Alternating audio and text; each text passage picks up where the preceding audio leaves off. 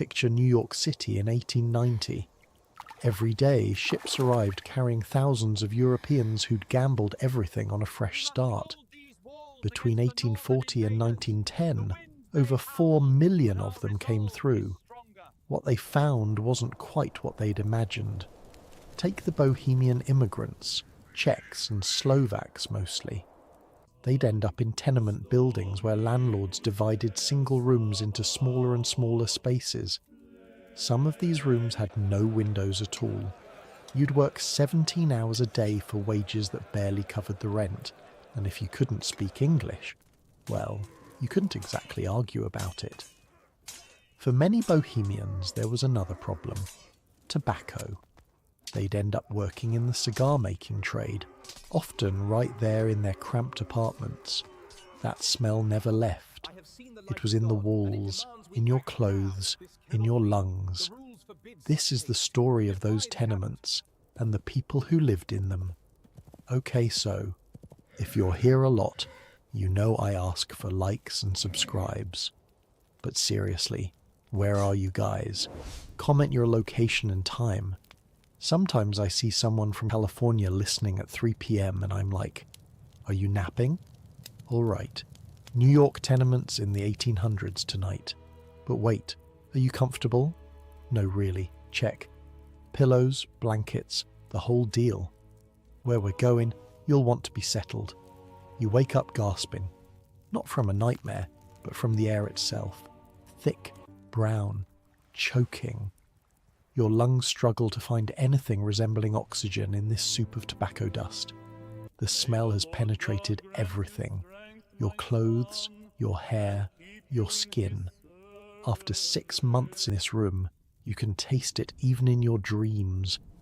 It's 4:30 in the morning, still dark outside, but your family can't afford to waste daylight. Not when every minute means pennies, and every penny stands between you and the street. You're awake because the coughing started again. Your father's deep, wet rattle from the corner where your parents sleep. Your mother stirs too, not because the coughing woke her, but because her body knows the schedule by now.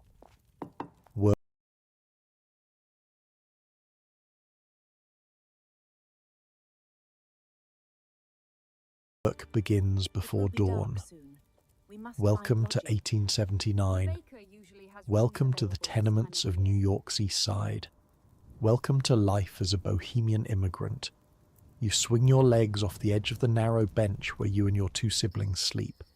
Your feet touch the floorboards, sticky with tobacco sap. The room is maybe 15 feet by 15 feet, but it's not just a bedroom.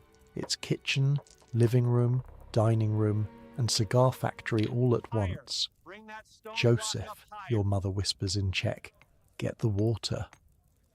You're 10 years old, but in this world, childhood is a luxury for rich Americans. You grab the bucket by the door and head down the dark hallway, past 6 other apartments just like yours.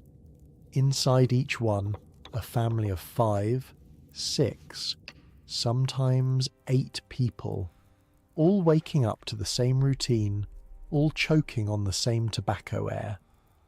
The communal water pump is in the backyard, 4 flights down.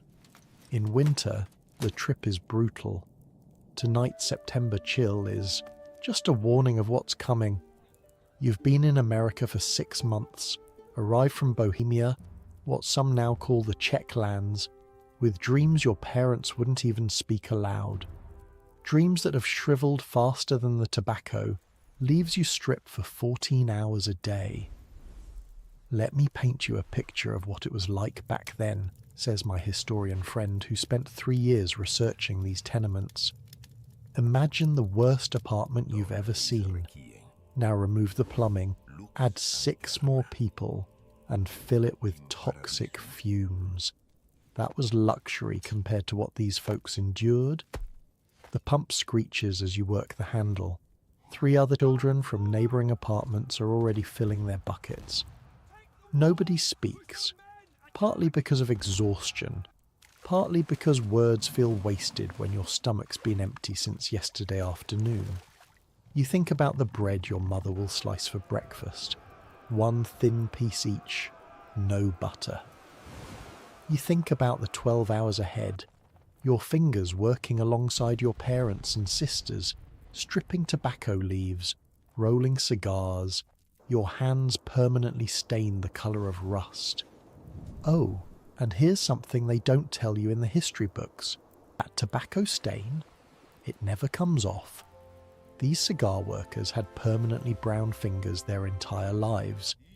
Imagine walking around with hands that look like you'd been gardening in mud forever. That was their reality.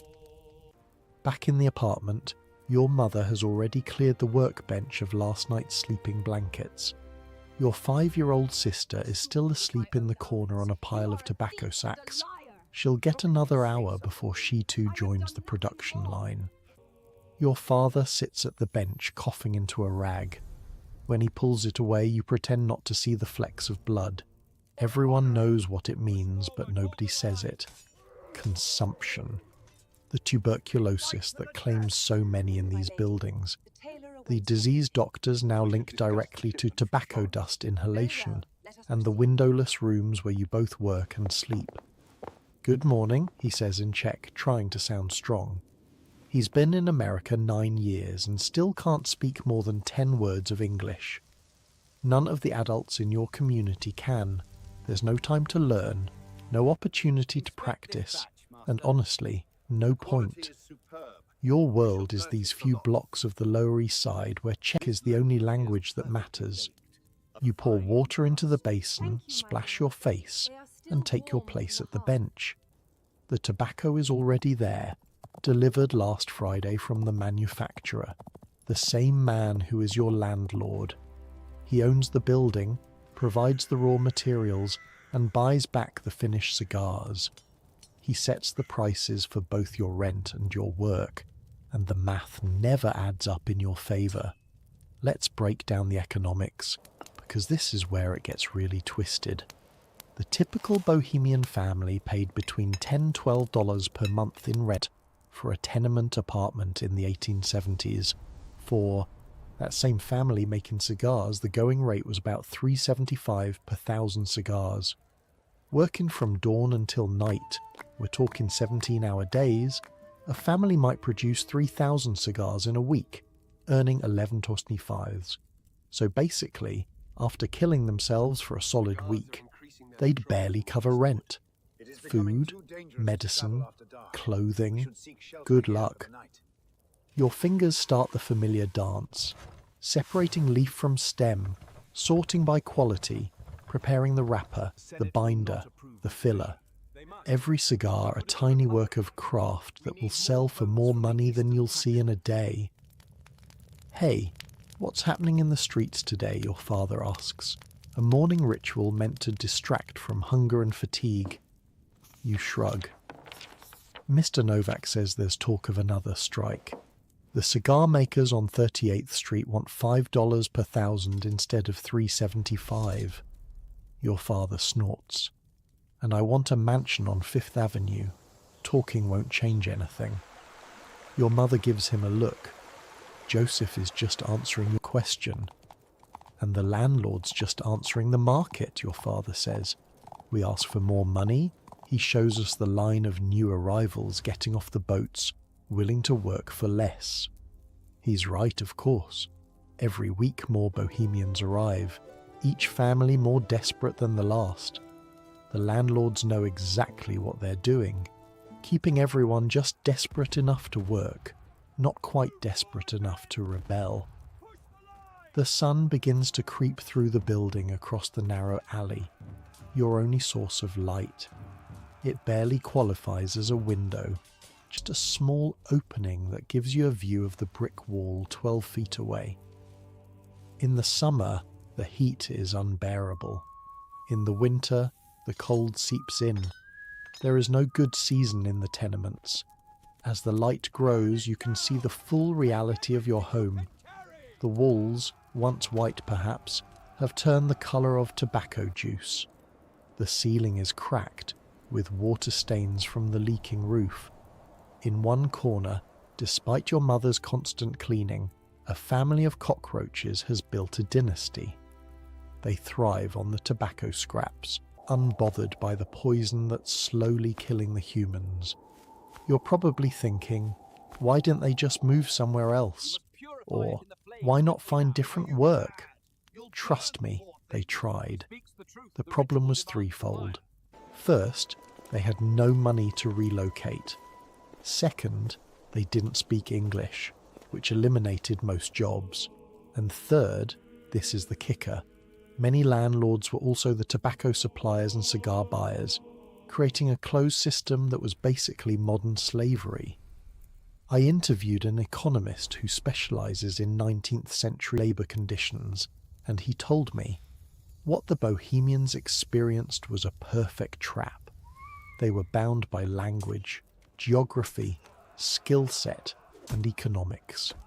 Breaking free required resources they couldn't possibly accumulate while caught in the system. By 7 a.m, the entire family's at work. Even little Anna, barely 5, sits on a small stool, carefully separating tobacco leaves and handing them to your mother. Your sister Maria, 12, is faster than you, her fingers flying over the workbench. She's been doing this since she was 4, doesn't remember a life before cigars.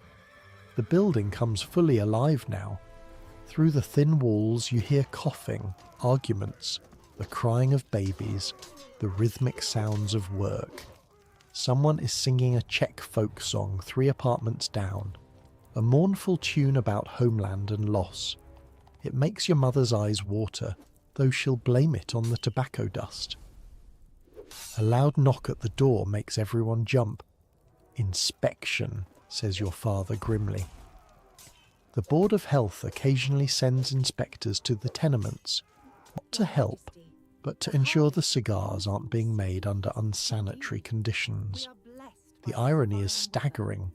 The inspectors care about the cigars, not the people making them. Your mother hurriedly wipes down the workbench, kicks a pile of scraps under it, and opens the door with the closest thing to a smile she can manage. The inspector is American, tall and well-fed, his nose wrinkling at the smell that is your everyday existence. He barely glances at the room, makes a note on his clipboard and moves on. The entire inspection takes less than 30 seconds. What did he write? Your sister asks. Your father shrugs. Who knows? Something about us being dirty foreigners, probably. The reality was even worse than that. You know what Jacob Rees, the guy who eventually documented these conditions, discovered? That many inspectors were on the payroll of the same landlords they were supposed to be monitoring. The entire system was corrupt from top to bottom. By noon, your fingers are bleeding slightly where the tobacco sap has made the skin crack. This is normal. Everyone's hands look the same, calloused, stained, split at the knuckles and fingertips. Your stomach growls, but lunch is still an hour away. Through the small window comes a shout from the street, someone calling in Czech. Your father perks up, listens intently. Strike, he translates, though everyone understood. The 38th Street factory is on strike. For a moment the work stops. Everyone looks at each other, the unspoken question hanging in the tobacco-thick air. Should we join them? Your father slowly shakes his head. We can't afford it, he says simply, and returns to his work. Your mother doesn't argue, but you see something in her eyes, a flash of anger, quickly suppressed. She's the one who keeps the family's meagre accounts. She knows better than anyone how precarious your situation is. In your pocket is the rent receipt from last week, $11.75 for one room with a small window. The cigars you'll make this week might bring in $11.25 if you work from dawn until midnight every day. The math is simple and brutal. You will always be in debt to the landlord. At 1 o'clock your mother slices the dark bread, 1 piece each, with a thin scraping of lard if you're lucky. Sometimes there's a pickle to share. Today there isn't. This is going to sound weird, but one of the most valuable skills in a tenement was knowing how to slice bread thin enough that it seemed like more than it was. People literally developed techniques to make 5 slices look like 10. That's the level of poverty we're talking about. I heard from Mrs. Svoboda that her cousin found work in a restaurant, your mother says quietly, the words almost conspiratorial. Real work, away from tobacco. Your father nods but says nothing. Everyone knows the story of Mr. Holub, who tried to leave cigar making for construction work. The landlord evicted his family the next day. They spent 3 nights on the street before Mr. Holub begged for his cigar job back, at a lower rate than before. After lunch, if you can call it that, it's back to work. The afternoon drags, the air getting thicker as the room heats up. By 3 o'clock, little Anna is asleep at her station, her small face pressed against the workbench. Your mother gently moves her to the corner sleeping area without breaking her own rhythm. Through the walls, you hear Mrs. Novak in the next apartment begin another coughing fit. It goes on for nearly 5 minutes. Nobody mentions that these fits have been getting worse for weeks. Nobody mentions that Mr. Dvořák upstairs had similar coughing before they took him away last month. He never came back. Okay, so you know how when you get a cold and your chest feels tight for a few days, multiply that by 1,000 and make it permanent. That's what chronic tobacco exposure did to these workers. Their lungs were literally coated with the stuff. Modern doctors who've studied the autopsies say their lung tissue looked like cured meat. At 6 o'clock there's another knock. Not an inspector this time, but the tobacco delivery man. He brings the week's supply and takes away the finished cigars, counting them meticulously. This week, 2,170 cigars. Not enough for what you need. Short again, he says in broken English, one of the few phrases he's bothered to learn in your language. Boss not happy? Your father nods grimly. We'll make more next week. The man leaves, and your father's shoulders slump. We need to work longer tonight, he says, though everyone is already exhausted. We worked until midnight all last week, your mother points out. Then we work until 1, your father snaps, then softens. Just until we catch up. But everyone in the room knows a terrible truth. You will never catch up. The system is designed that way. Dinner is bean soup, watery but hot. Your mother saves most of her portion for your father, who needs strength to keep working despite his worsening cough. You all eat at the workbench, careful not to spill on the tobacco. Through the small window you can see lights coming on in the tenement across the alley. In one room, a family of 8 gathers around their own workbench. In another, a woman rocks, a crying baby while 3 other children sleep on the floor beside her. These glimpses into other lives identical to yours are your only entertainment, your only connection to a world outside your own walls. The night deepens, and still you work. Your eyes burn from strain and tobacco dust. Your back aches from hunching over. Your fingers move mechanically now, muscle memory taking over where conscious thought has surrendered to fatigue. At 11, little Anna wakes up crying from hunger. Your mother gives her the crust of bread she'd saved from her own lunch. It quiets the child, but everyone feels the pain of not having enough. Not enough food, not enough space, not enough money, not enough hope. The landlord, who stops by sometimes in the evening to check on production, pokes his head in around midnight. He's a large man, Czech like you but different.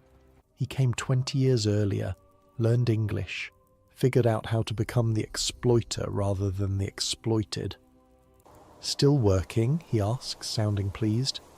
Good, good. Need more cigars this week. He doesn't mention that last week he raised the rent another 25 cents, or that the price he pays for cigars has dropped again. He doesn't have to. Everyone understands the arrangement. After he leaves, your father mutters something under his breath, a Czech curse that would earn you a slap if you repeated it. "He was one of us once," your mother says quietly. "I remember when he first came to New York. He lived in a room like this. And now he owns the building," your father replies bitterly, "because he climbs on the backs of his own people." This was common, by the way. Some of the worst exploiters of immigrants were earlier immigrants from the same countries. They knew exactly how to manipulate the system and their countrymen. By 1 in the morning, even your father admits defeat. The day's work has yielded another 150 cigars. Not enough, never enough, but all that human exhaustion can produce. Your mother clears the workbench, lays out the thin blankets that transform it into a bed for you and your sister. Little Anna is already asleep in the corner. Your parents will sleep on the floor tonight. Your father's cough is too bad for him to lie flat. As you stretch out on the hard wooden surface, your body aches with a tiredness that sleep can't cure. Tomorrow will be the same, and the day after, and every day until what? Until your father's cough takes him, until the landlord raises the rent beyond even your 17-hour work days, until some miracle no one really believes in anymore. You close your eyes, but the smell of tobacco follows you even into your dreams. It's in your clothes, your hair, under your fingernails. You've forgotten what clean air tastes like, what food tastes like without the flavour of tobacco overlaying everything. Through the walls, someone is crying. Someone is always crying in the tenements. You drift towards sleep, your last conscious thought, a question that has no answer. How did we trade one prison for another? How did we cross an ocean for freedom, only to be trapped more completely than before? As you drift off on your hard bench covered with a thin blanket, surrounded by the rank smell of tobacco that will follow you all your life, I want you to think about something. Right now, in your comfortable bed, with your clean air and full stomach, you're experiencing more luxury than these people could even imagine. That's the thing about history.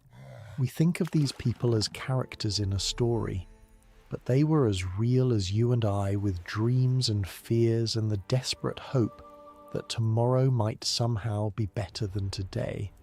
But for the Bohemians of New York's tenements, tomorrow was almost always exactly the same as yesterday. An endless cycle of work, exploitation, and survival on the razor's edge between subsistence and starvation. And as night falls on the Lower East Side, thousands of families just like yours settle into uneasy sleep, surrounded by the tools of their trade and the inescapable smell of the tobacco that is both their livelihood and their slow death.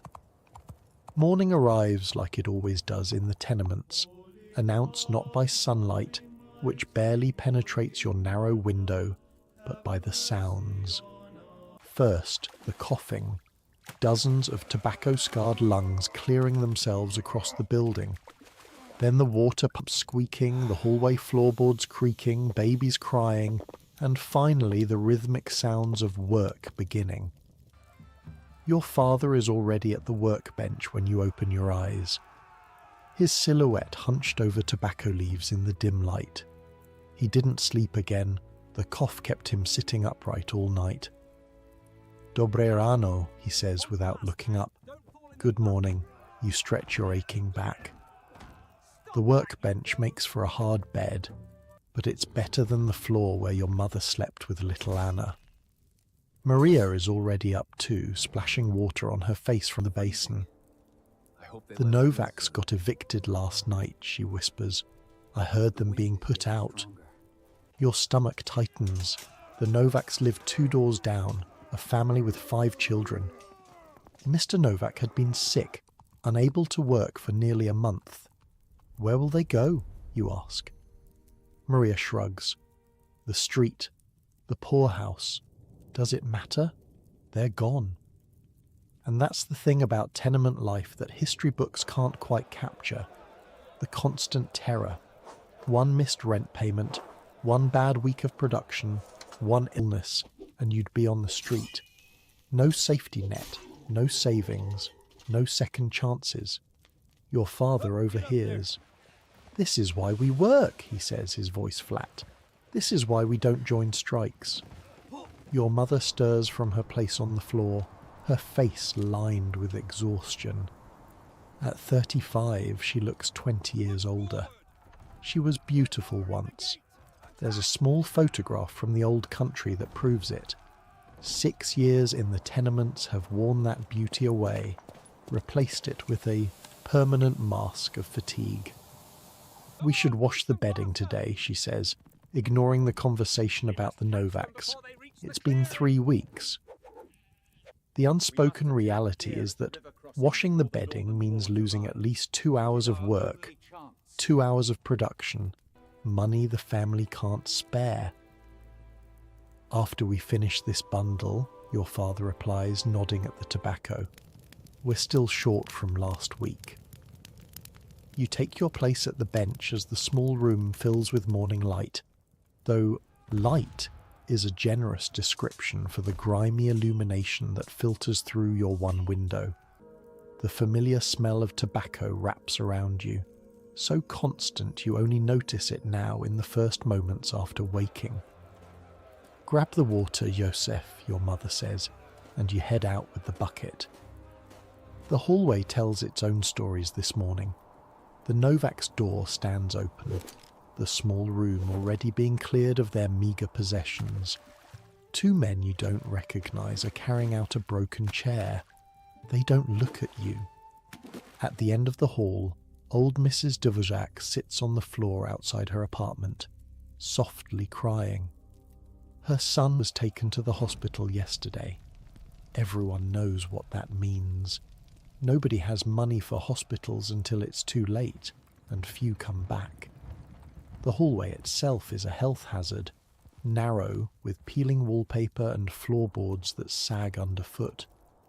The shared toilet at the end serves 28 people across 5 apartments. It hasn't worked properly in months, and the stench competes even with the tobacco smell. I visited a preserved tenement museum in New York a few years back, and let me tell you, even the cleaned-up museum version was shocking. The original toilets were basically holes in the ground located in the backyard. By the 1870s, they'd upgraded to shared hallway toilets, but those were often broken, and one toilet might serve 20-30 people. Imagine your worst public bathroom nightmare, then multiply it by 10.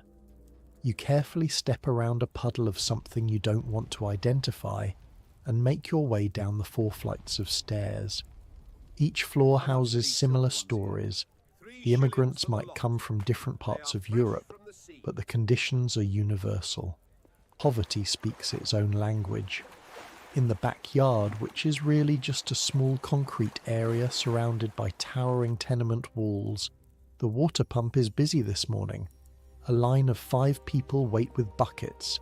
You recognise Mrs. Cherney from the 2nd floor, her infant strapped to her chest. Her husband was a blacksmith in Bohemia, a skilled tradesman. Here, he rolls cigars in their apartment because his lack of English makes other work impossible. "How is Jan?" you ask in Czech. "Her husband has been coughing worse than your father. She doesn't meet your eyes." "The same." You wait your turn, fill your bucket, and begin the long climb back up. By the time you reach your apartment on the 4th floor, your arms ache and half the water has sloshed out despite your careful steps. This trip happens 4 or 5 times a day, more if someone is sick and needs extra washing. Up and down, bucket by bucket. Just one of the countless inefficiencies that keep tenement life balanced on the edge of impossible. Back in your apartment, the day's work has begun in earnest. Your mother has cleared the sleeping blankets and laid out fresh tobacco leaves. The leaves arrive damp and need to be dried to the perfect consistency. Too wet and the cigar won't burn properly. Too dry and it burns too quickly. "Look at this," your father says, holding up a mouldy leaf. "They're sending us the worst quality now." Your mother examines it with practiced eyes. "We can still use most of it. Just cut away the bad parts." He makes a disgusted sound but does as she suggests. You all know you can't afford to waste anything. The reality of cigar making in tenements was this constant compromise. Companies would send lower quality tobacco to the home workers, saving the premium leaves for their factory operations. The tenement cigar makers had to make do with whatever they got, and still produce perfect cigars. Your sister Maria has already begun stripping leaves, her fingers moving with practiced precision. At 12, she's been doing this work for 8 years. She doesn't remember a time before tobacco stained her hands.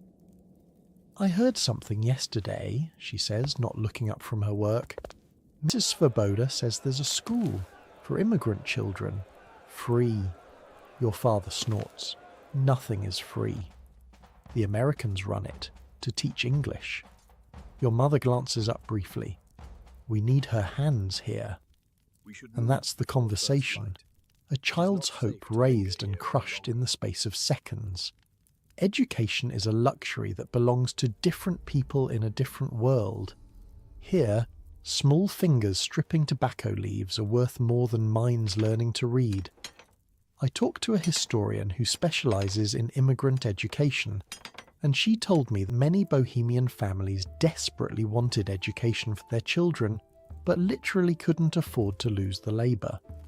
A child in school meant maybe 20% less family income, and when you're already barely surviving, that's impossible.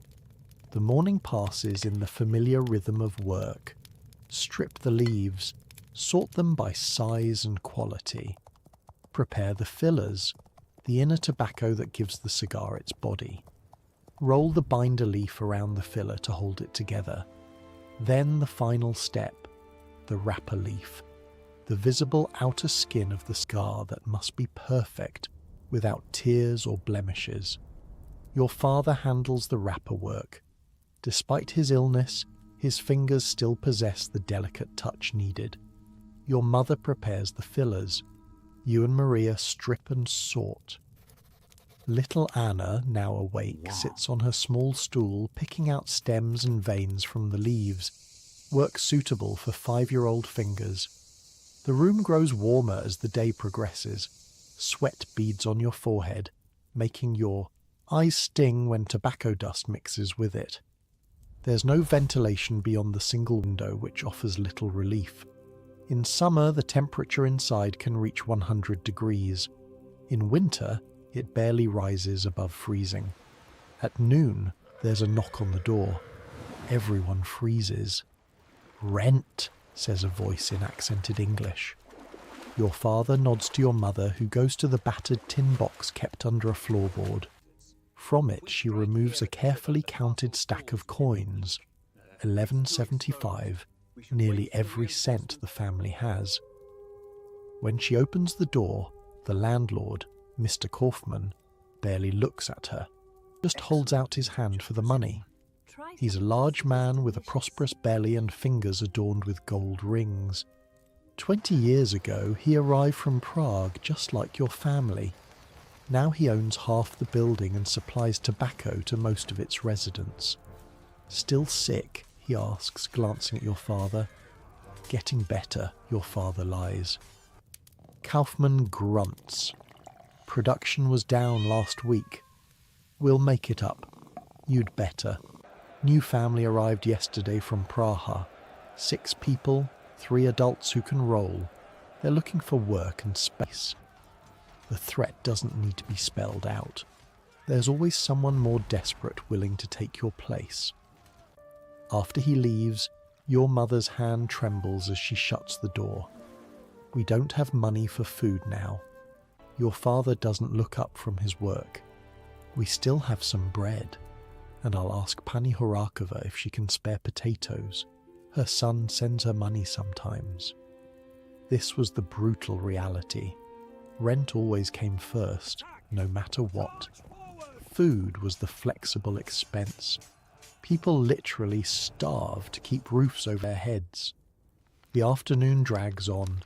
Through the open window comes the sound of street vendors, children playing, horses clopping on cobblestones, the life of the city continuing beyond the walls of your workroom prison. You ventured into those streets exactly twice since arriving 6 months ago. Once to help carry home a large tobacco shipment. Once to help the Dvořáks when their son collapsed on the stairway. The rest of your existence happens within these 4 walls. My hands are sticky, little Anna complains, holding up fingers coated with tobacco residue. Your mother wipes them with a damp cloth. Just a few more hours, Milachku. By 4 o'clock, hunger has become a hard knot in your stomach. The last proper meal was yesterday's lunch. Your mother notices you slowing down. Take a piece of bread, she says quietly, just a small one. The loaf is stale and hard down to the last few slices. You break off a piece the size of 2 fingers and chew it slowly, making it last. The taste of tobacco clings even to the food. It's in the air, on your hands, everywhere. Another knock on the door makes everyone tense again. But this time it's Mrs. Horakova from upstairs, her round face appearing when your mother opens the door. I heard the Novaks, she says without preamble. Is it true? Your mother nods. Mrs. Horakova makes the sign of the cross. God help them. She lowers her voice. I heard Kaufman already has a new family moving in. 7 people? 7? In that room? Your mother's voice betrays her shock. The Novak's apartment is even smaller than yours. 3 children, 4 adults, from Plzeň. She hesitates, then adds, I have some soup. I can share. That night, your dinner is a watery potato soup brought by Mrs. Horakova, stretched with the last of your stale bread. It fills your stomach without truly satisfying, but it's more than you expected. These small kindnesses are what keep tenement families alive. The invisible network of shared resources, borrowed cups of flour, divided loaves of bread. After dinner, work continues.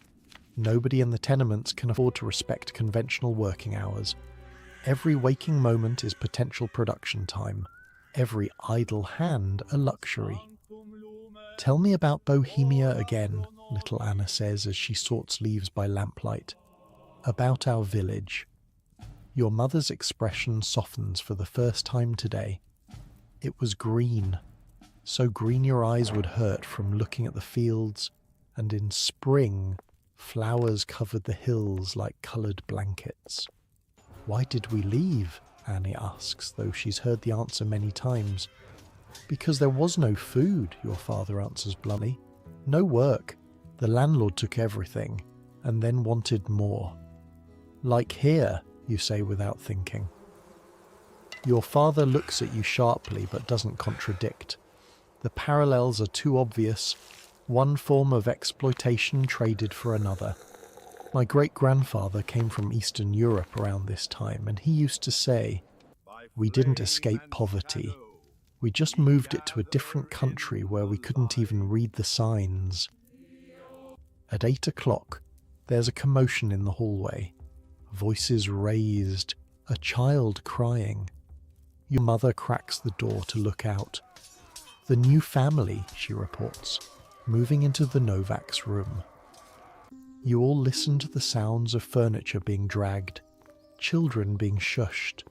7 people in a space barely big enough for 4. Tomorrow they'll begin the same cycle of tobacco and debt that claim the Novaks. When Mrs. Horakova comes to retrieve her soup pot, she lingers in the doorway. They're saying things might change, she says in a hushed voice. A man was in the street today talking about organizing, about unions. Your father looks up. The unions don't want us. They call us rate busters. The term is bitter in his mouth. The established cigar makers' unions have long viewed Bohemian immigrants as enemies who undercut wages by accepting lower pay. They don't acknowledge the impossible situation that without English, without other options, any work at any wage is better than none. This was different, Mrs. Horakova insists. This man spoke Czech. He talked about all workers together. For a moment, something like hope flickers across your father's face. Then he shakes his head and returns to his work. Talk is cheap. Rent is expensive. After Mrs. Horakova leaves, the atmosphere in a room changes. Something has been introduced. A dangerous idea, a possibility. No one mentions it directly, but it hangs in the air alongside the tobacco dust. At 10 o'clock, little Anna falls asleep at her station, her small head nodding forward onto the bench. Your mother carries her to the corner sleeping space, a grim smile touching her lips as she brushes hair from the child's forehead.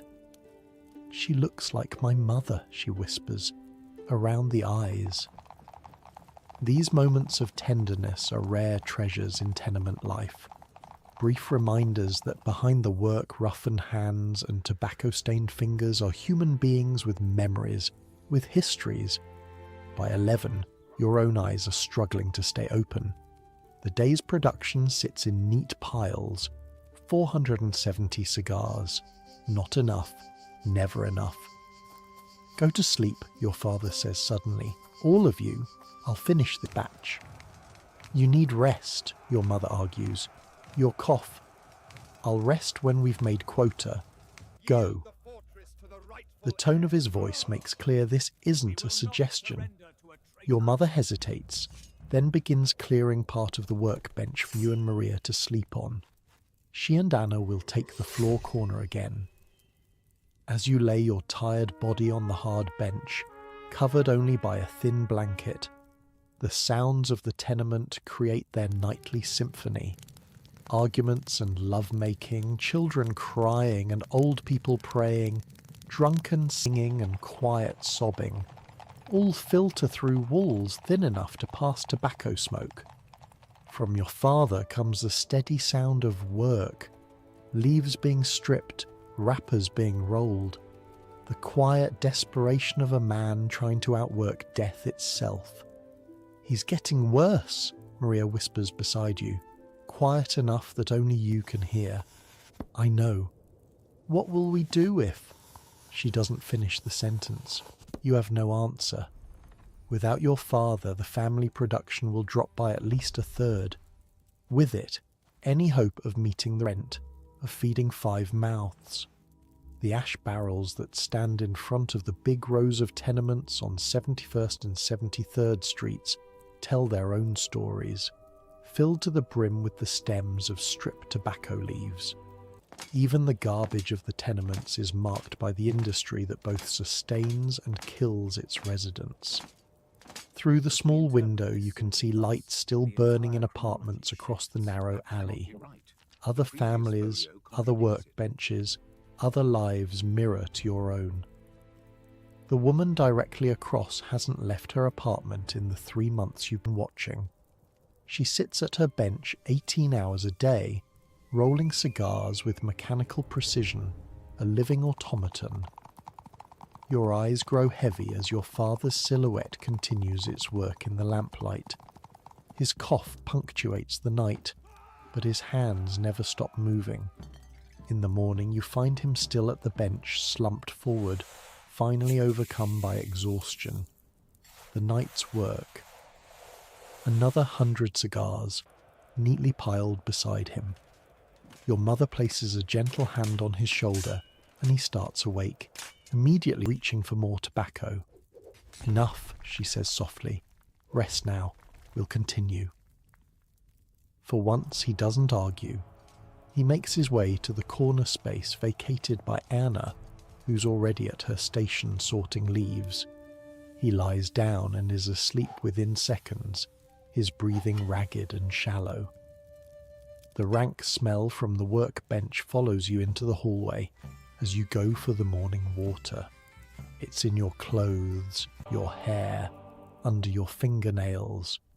You've forgotten what clean air tastes like, what food tastes like, without the flavour of tobacco overlaying everything. On the stairs, you pass one of the new family's children, a boy about your age, with the same hollow-cheeked hunger you see in the mirror. He nods slightly in recognition of a shared fate. It's not always like this, you want to tell him, but that would be a lie. It is always like this. Day after day, leaf after leaf, cigar after cigar. As you fill your water bucket in the yard, you notice a piece of paper nailed to the pump. It's written in Czech, the letters carefully formed. Meeting tonight, church basement on Orchard Street. For all cigar workers, united we stand. You stare at it for a long moment, memorizing the words, before continuing back upstairs with your water. You won't mention it to your father, not yet, but you tuck the information away, a tiny seed of possibility in the barren soil of tenement life.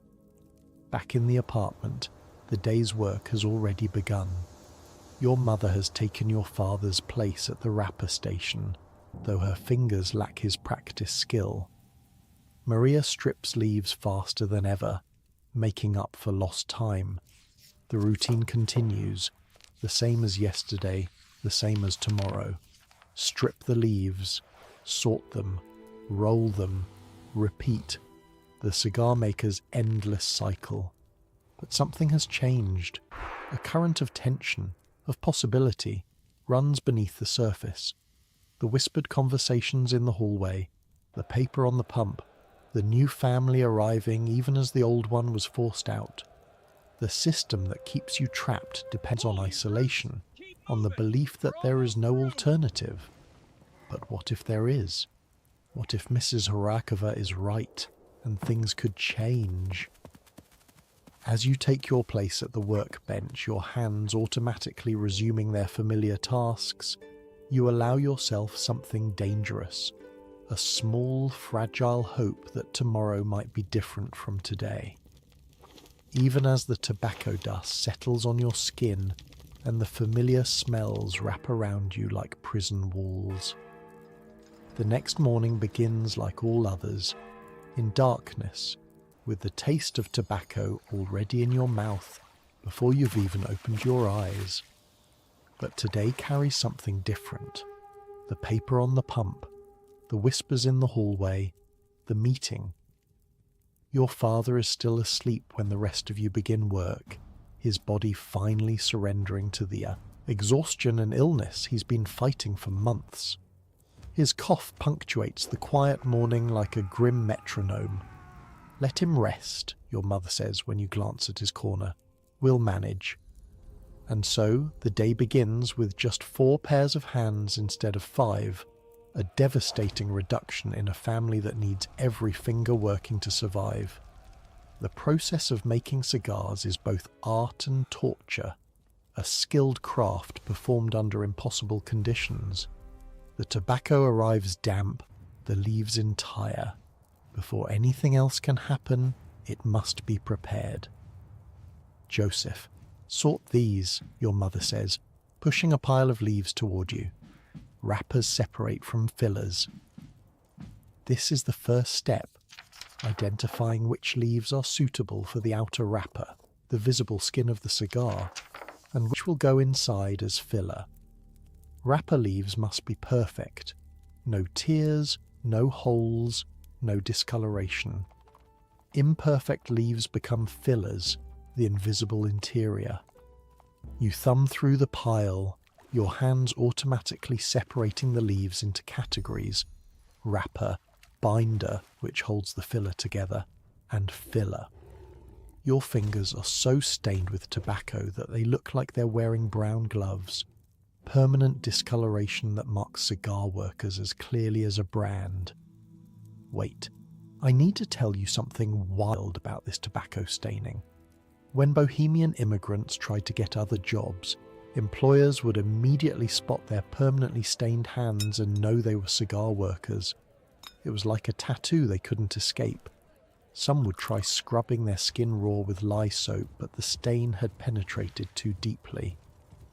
While you sort, Maria works on stripping, removing the thick centre vein from each leaf. She uses a small, stumpy knife with a worn wooden handle, her fingers moving with practiced precision. The veins pile up in a basket to be discarded in the ash barrels outside. Little Anna's job is simpler but crucial. She sorts the stripped leaves by size, creating neat piles that will later become different sizes of cigars. Her small fingers work diligently, though she frequently stops to wipe her eyes, irritated by the tobacco dust that hangs in the air like a toxic fog. Your mother has taken over your father's role at the rolling station. This is the most skilled part of the process, where flat leaves become the finished product. She begins with the filler, carefully arranging the tobacco to ensure it will draw properly when lit. Too loose, and it burns too quickly. Too tight, and it won't draw at all. Around the filler goes the binder leaf, rolled to create the basic shape. Then comes the wrapper, the outer leaf that must be applied with perfect smoothness, no wrinkles, no tears. She uses a natural vegetable gum to seal it, then trims the ends with a circular cutter called a guillotine. Not tight enough, she mutters, undoing a cigar and starting again.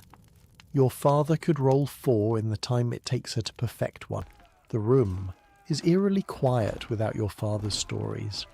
Usually he fills the monotony with tales of the old country or songs from his youth.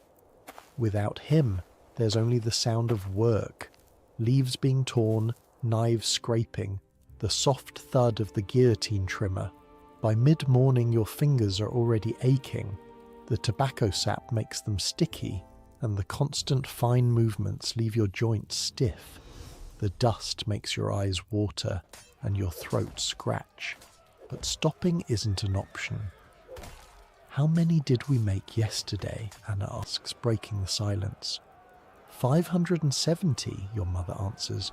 We need at least that many today. The math is simple and brutal.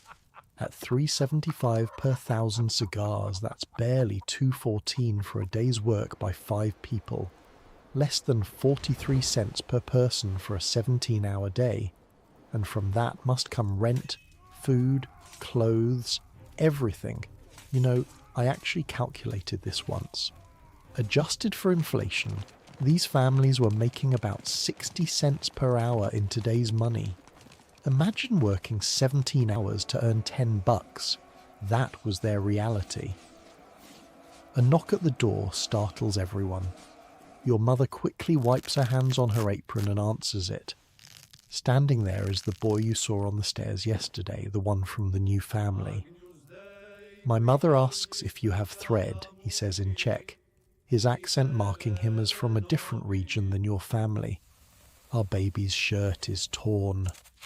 Your mother hesitates only briefly before retrieving a small spool of thread from a box under the bench.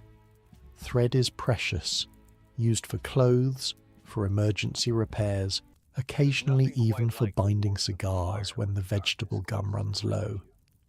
But in the tenements, these small kindnesses are survival currency. Tell her she can keep it, your mother says, pressing the spool into the boy's hand. And what is your name? Tomasz, he replies. We're from Plzeň. Come back later if you need anything else, your mother tells him. After he leaves, she explains, they're new. They don't know yet how things work. This subtle dance of resources, knowing who has what, who needs what, when to share and when to hoard, is crucial to tenement survival. No family has enough on their own. Only through careful sharing can anyone survive. By noon, your father finally wakes, his face grey with exhaustion despite the hours of sleep. He tries to take his place at the bench, but your mother firmly directs him to the single chair by the window. "Count and pack today," she tells him. "Your hands aren't steady enough for rolling."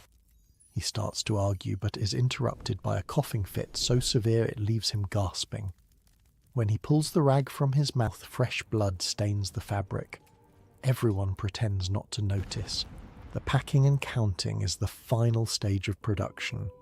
Each cigar must be inspected for flaws, then arranged in bundles of 50 for delivery to the buyer. It's less physically demanding work, but requires focus to ensure consistent quality. One bad cigar can result in an entire bundle being rejected, work and materials wasted. Your father sits by the window, carefully examining each cigar, arranging them in neat rows. His fingers, once the fastest and most skilled in the family, now tremble slightly. "What's happening at the factory?" he asks, trying to sound casual. "I heard there was a strike starting." Your mother gives you a sharp look that clearly says, "Don't mention the meeting." "Just talk," she replies. "Nothing will come of it." But something has shifted in the building. You can feel it in the air, hear it in the hushed conversations that stop when doors open. The isolation that has kept the Bohemian workers divided is cracking, just slightly. The afternoon drags on, each hour marked by the changing angle of the meagre sunlight through your small window. By 4 o'clock you've made only 320 cigars, far below the needed pace. "We need to work faster," your father says, stating the obvious. "We're doing our best," your mother replies, an edge to her voice that rarely appears. The tension in the room rises with the heat. Without enough output, there won't be enough money for both rent and food next week. Everyone knows this. No one says it. At 5 o'clock there's another knock, but this time it's Mrs. Horakova. Her expression is tense, her voice low. "They're looking for people attending the meeting," she whispers. "Kaufman has men watching the church." Your mother's face drains of colour. "We weren't going." Mrs. Horakova looks sceptical but nods. "Just warning you. 3 families on the second floor got eviction notices today. They were seen talking to the organisers." After she leaves, your father explodes in a rare display of anger. "This is why we keep to ourselves. This is why we don't listen to these union agitators." "And how is that working for us?" your mother snaps back. "Look at you. Look at the children. We're dying here, Joseph." The outburst shocks everyone into silence. Your mother never raises her voice, never challenges your father. The unspoken fear that has been building for months has finally found words. Your father stares at her for a long moment, then turns back to his cigars without replying. What can he say? She's right. The evening meal is a nearly silent affair. A thin potato soup with the last of the stale bread. Nobody mentions the meeting, or the evictions, or the blood on your father's handkerchief. The only sound is spoons against bowls and Anna's occasional cough, which has recently begun to mirror her father's. I talked to a doctor once about what tobacco dust does to children's lungs. She said it's basically like growing up in a house where everyone smokes 3 packs a day, except worse, because the particles are much finer and get deeper into the lungs. Kids who grew up making cigars had the lung capacity of heavy smokers by age 10. After dinner, work resumes, but the rhythm has changed. Your mother now sits at the main rolling station.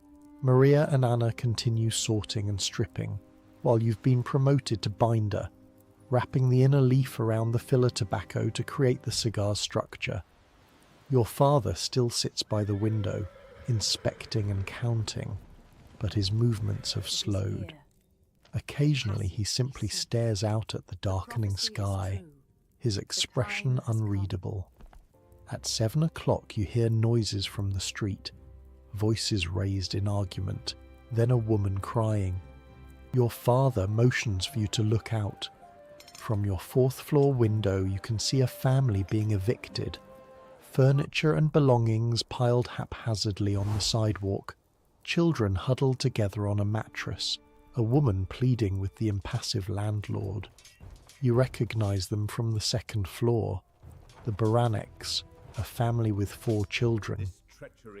They were at the cigar factory last week, your father says quietly, talking about better wages.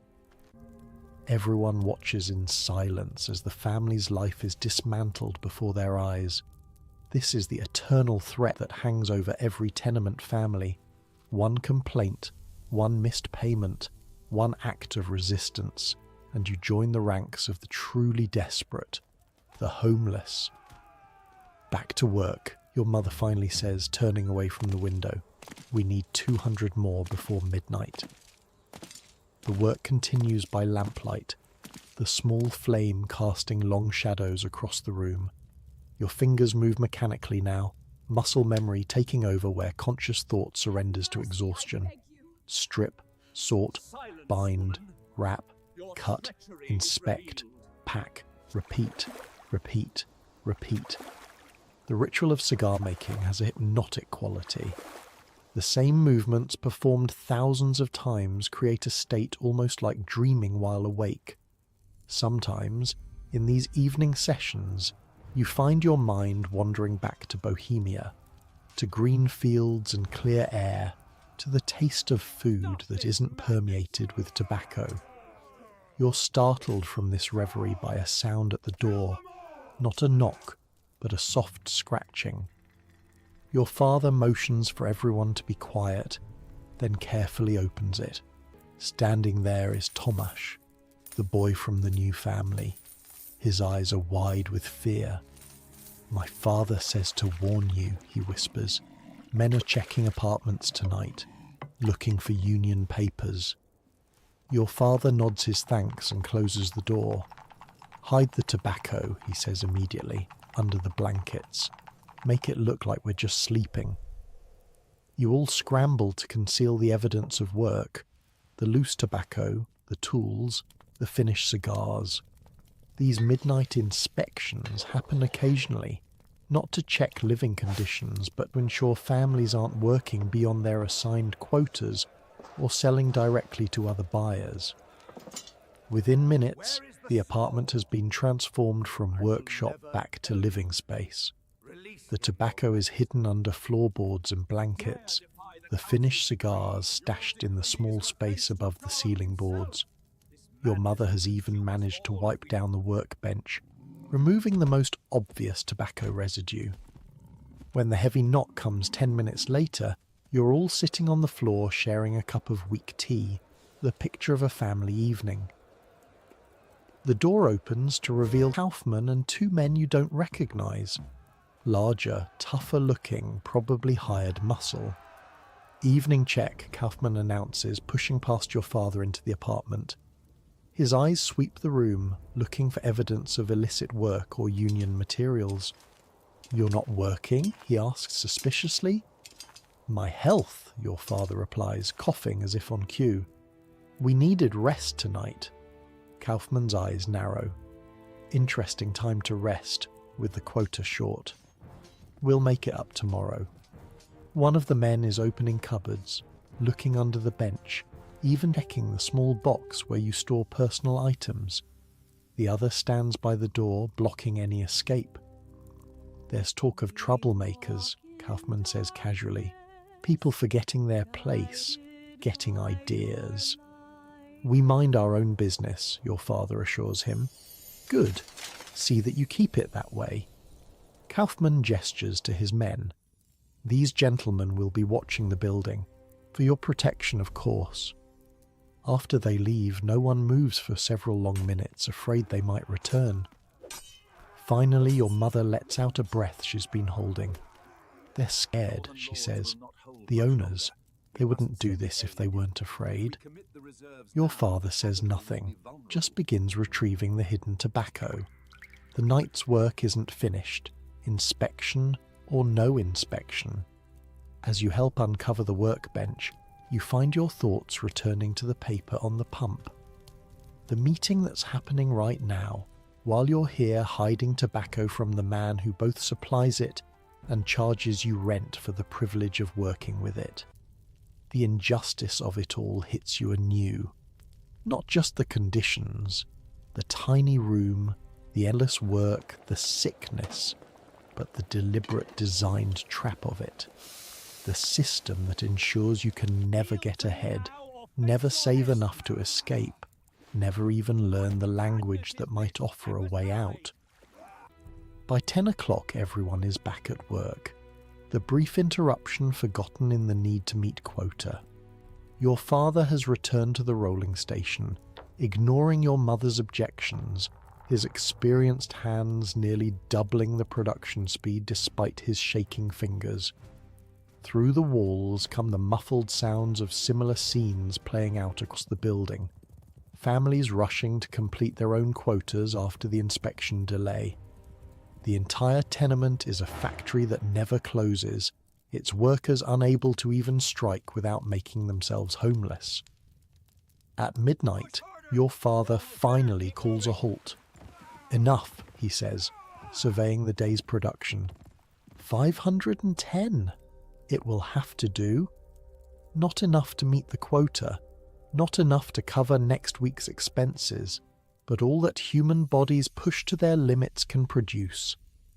As the family prepares for sleep, clearing, part of the workbench for you and Maria, arranging blankets for your parents and Anna in the corner, you notice your father pull your mother aside, speaking to her in a whisper too low to hear.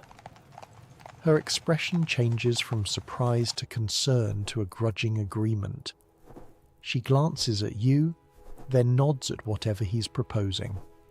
Later, as you lie on the hard bench beside your sister, you hear your parents talking in the darkness. It's dangerous, your mother says. More dangerous than this, your father replies. Look at Anna's cough. Look at my lungs. We'll all end up in the ground if something doesn't change. And if we're evicted, where will we go? We'll find something. The Horrocks did, after they left. The Horrocks had relatives uptown. The conversation continues in circles, neither willing to concede, neither able to offer a perfect solution to an impossible situation. Eventually they fall silent, exhaustion claiming them both. But the next morning, as you return from fetching water, your father is waiting by the door. You saw that paper? He asks quietly. The one on the pump? You nod, surprised. There's another meeting, tonight. I want you to go. Your shock must show on your face because he continues quickly. Not me. They know my face, and your mother needs to stay with the little ones. But you could slip in, listen, come back and tell us. What about the men watching the building? Mrs. Horokova says they leave for a drink around 9. You can go then. Just listen, Josef. Find out what they're planning. And so, for the first time in your 6 months in America, you have a purpose beyond endless cigar rolling. You have a mission. A dangerous one, yes, but also the first hint of something beyond the suffocating routine of tobacco and sleep. That day, the work seems different somehow.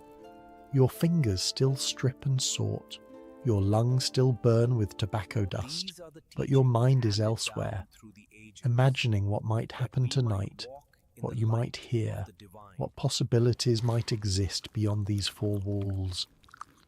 Your father says nothing more about it, but occasionally you catch him watching you with an expression that might almost be hope. It's been so long since you've seen anything but resignation on his face that the change is startling. By evening, the anticipation has built to a nearly unbearable level. You find yourself watching the window, tracking the fading light, waiting for 9 o'clock to arrive. When it finally does, your father gives a small nod. Your mother hands you a cap to pull low over your face and whispers, "Be careful, be invisible."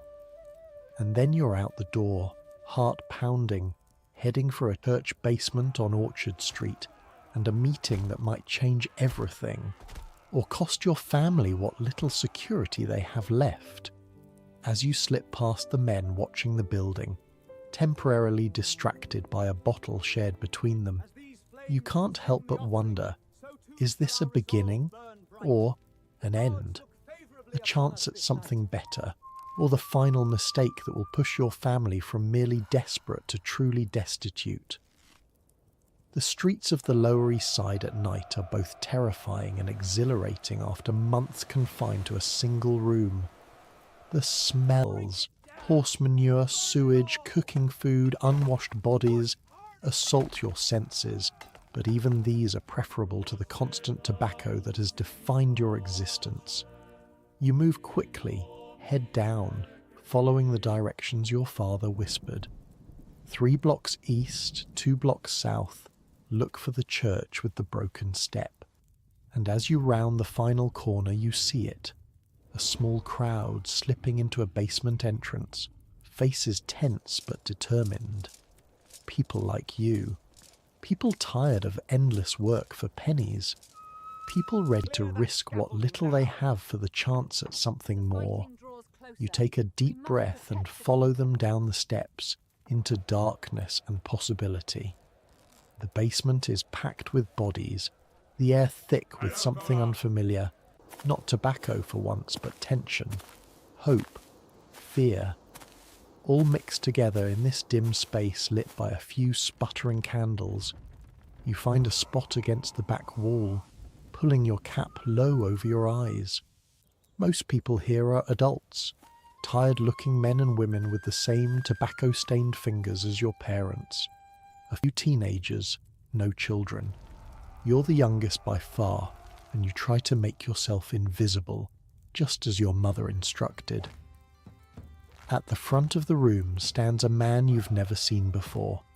He's older, maybe 50, with a thick grey moustache and calloused hands that mark him as a worker, not a boss. When he speaks, it's in Czech, but a different dialect than your family's, probably from Prague, based on the accent.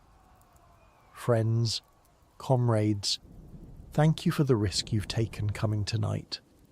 His voice is low but carries through the room. Everyone leans forward slightly, hanging on each word. We all know why we're here.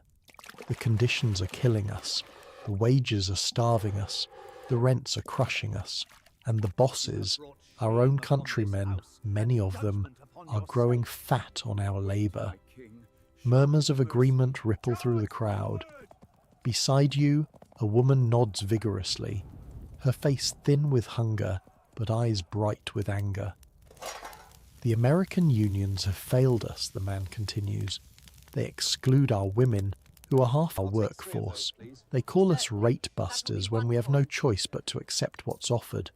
But together, we can form something new, something ours. He holds up a document. This is a charter, a Bohemian Cigar Makers Association. Not just men, everyone who works. One voice, one demand. Fair pay for our work. The room erupts in whispers. The idea is radical, revolutionary even. Women in unions, families organising together. It's unheard of. But then again, so is the situation you're all trapped in. Unheard of, inhuman, unbearable. A man near the front stands up. And when they evict us, when they blacklist us, what then, Mr. Dvořák? Dvořák. The name hits you like a punch. This must be a relative of the family upstairs, the son who was taken to the hospital. They can't evict everyone, Dvořák responds. They can't replace all of us at once. That's why we must stand together. All 20 buildings all at once. Another voice. They're already watching, Kaufman had men checking apartments tonight. Of course they're watching, Dvorak says. They're scared. They know their system only works if we're isolated, divided, too afraid to speak. He moves to a small table and unfolds a large paper. Look at these numbers. I've spent months collecting them. You stretch to see. It's a chart of some kind, with figures in neat columns. The average Bohemian family in these tenements makes between $11 and $13 per week making cigars. From this, they pay $10 to $12 in rent. That leaves at most $3 weekly for food, clothes, medicine, everything else. You've never seen the math laid out so starkly before, but it matches exactly what you've lived. The impossible equation of tenement life. Now look here, Dvorak continues. The finished cigars we make sell for between 10 and 30 cents each. 1,000 cigars, which a family might make in a week, sell for between $100 and $300. Yet we receive $3.75 per 1,000. The outrage in the room is palpable. Everyone knew they were being exploited, but seeing the numbers makes it viscerally clear. The factory workers uptown, mostly Americans, make $20 a week for the same work we do for 12. Their union secured this wage. If we organize all Bohemian workers at once, we can demand at least $5 per 1,000. Still far less than fair, but enough to survive on. The meeting continues for another hour. Plans are made. Representatives for each building are chosen.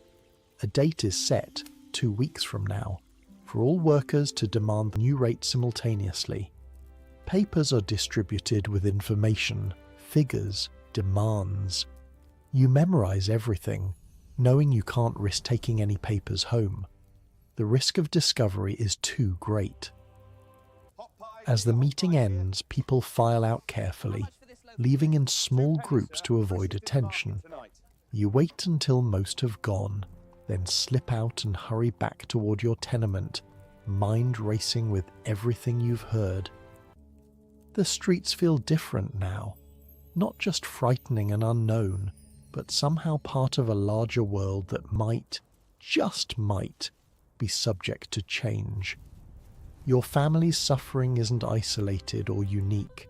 It's shared by hundreds, thousands of others, and perhaps together there's strength in that shared experience. When you reach your building, you pause in the shadows, watching. The men who were guarding the entrance earlier are back, passing a bottle between them. You'll never get past them without being seen. Psst, this way. The whisper comes from the alley beside the building. It's Tomasz, the boy from the new family. There's another way in, he says, gesturing for you to follow. Through the cellar. You follow him down a narrow passage between buildings to a small cellar window that's been pried partly open. My father found it, Tomasz explains, for emergencies. The opening is small, but so are you. Bodies kept thin by constant work and insufficient food. You squeeze through after Tomasz, finding yourself in the dank cellar of the tenement. I was at the meeting too, he confesses as you navigate around coal bins and forgotten junk. My father sent me. You're not sure whether to trust him, but you've little choice. He leads you to a narrow staircase that takes you up to the first floor from which you can reach the main stairs. Be careful, he whispers as you part ways. Kaufman's men searched 3 more apartments while you were gone. When you finally slip back into your family's apartment, your parents are waiting, faces tight with worry. Anna and Maria are asleep on the workbench, exhausted from the day's labour. What happened? Your father asks immediately. What did they say? You relay everything. The plans for a unified demand, the figures Dvorak presented, the date set for action. Your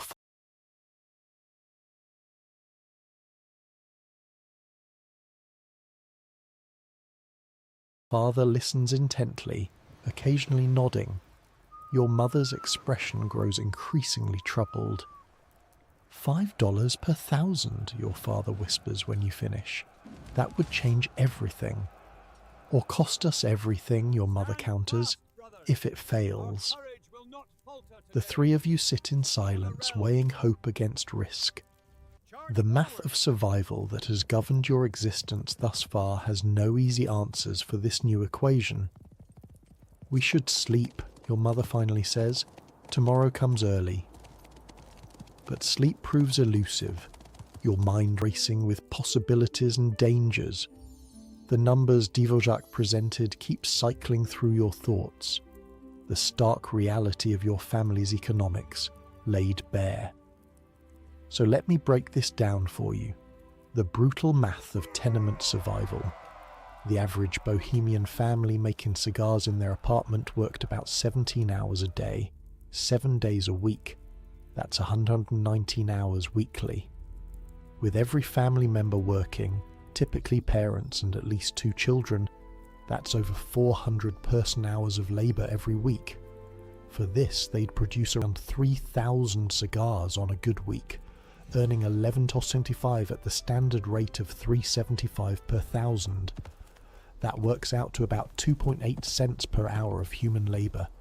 Imagine that, less than 3 pennies for an hour of work. From this princely sum, they'd pay between $10-12 in rent, leaving perhaps $1 or $2 for everything else.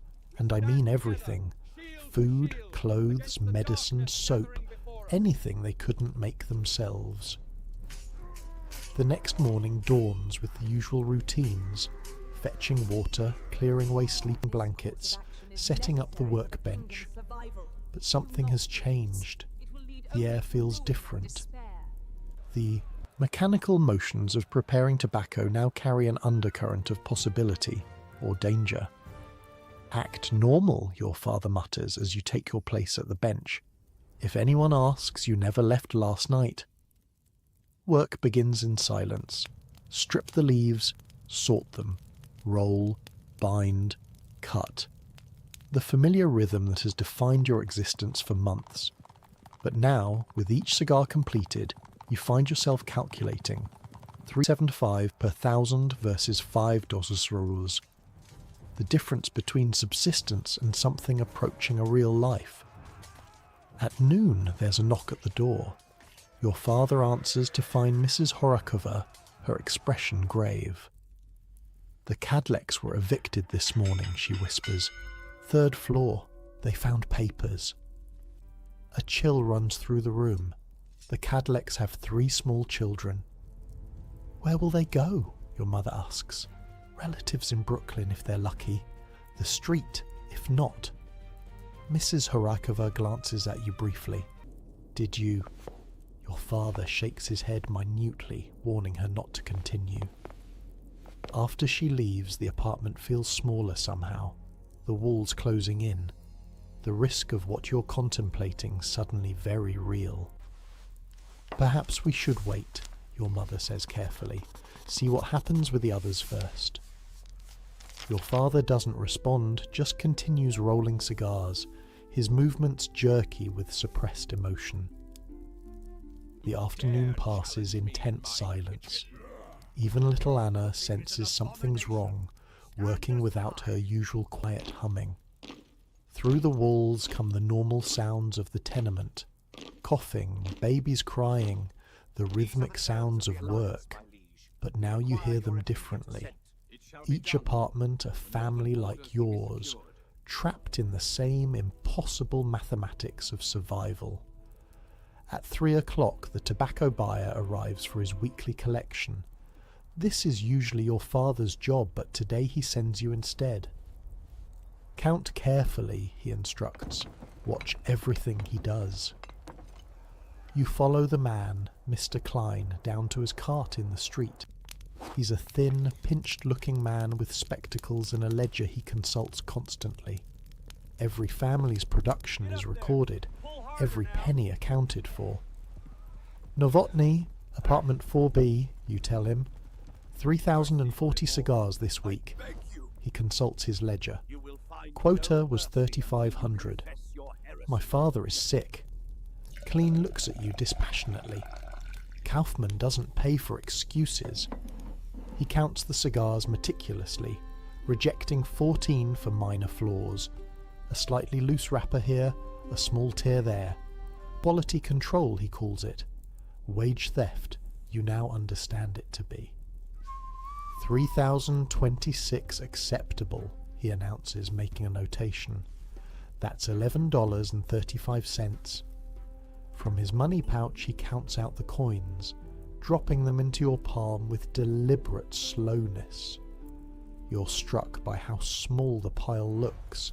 7 days of non-stop work by 5 people, reduced to a handful of metal. Next week's tobacco, Klein says, handing you a large bundle of leaves. Kaufman says quality is down. Make sure your father knows. The implication is clear. Make better cigars, or the rate might drop even further. You struggle back upstairs with the heavy tobacco bundle. The weight of it, the smell of it, suddenly unbearable.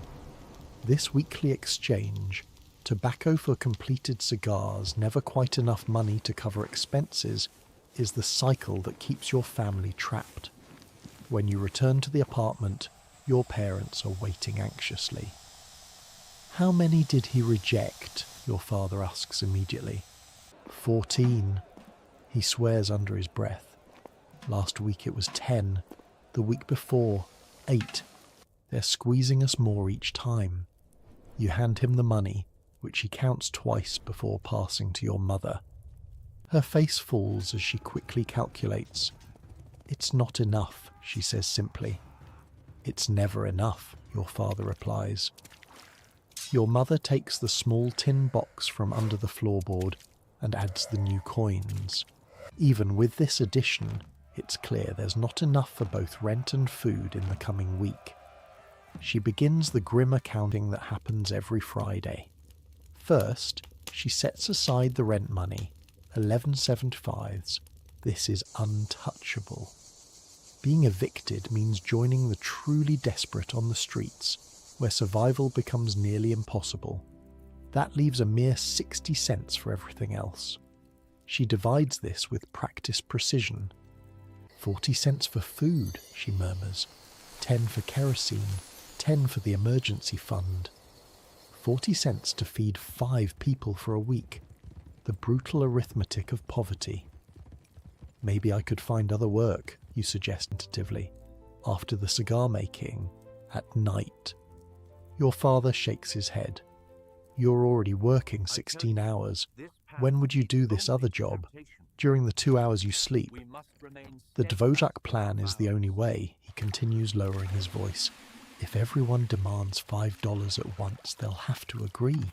They can't replace all of us. And if they don't agree, your mother challenges, if they bring in new immigrants, there's a boat from Europe every day, Josef. The argument circles endlessly, neither side able to definitively prove their case. The risk of action versus the slow death of inaction. There are no good choices, only different flavours of impossible. As evening falls, your mother sends you to the small grocery on the corner with 30 of the precious 40 cents allocated for food. The weekly shopping, a grim exercise in stretching pennies until they scream. The grocery is owned by another Czech immigrant who came 20 years earlier. Like Kaufman, he's grown prosperous from the needs of his countrymen, though less exploitatively. The usual, Mr. Bartosz asks when you enter. You nod. The usual is the bare minimum needed to keep 5 people alive for a week. 5 pounds of potatoes, 2 pounds of flour, a small amount of lard, and if there's enough left, perhaps an onion or 2 for flavour. Bartosz weighs everything carefully, wrapping the items in brown paper. 2 cents more for the potatoes this week, he informs you. Price went up. Those 2 cents mean no onions.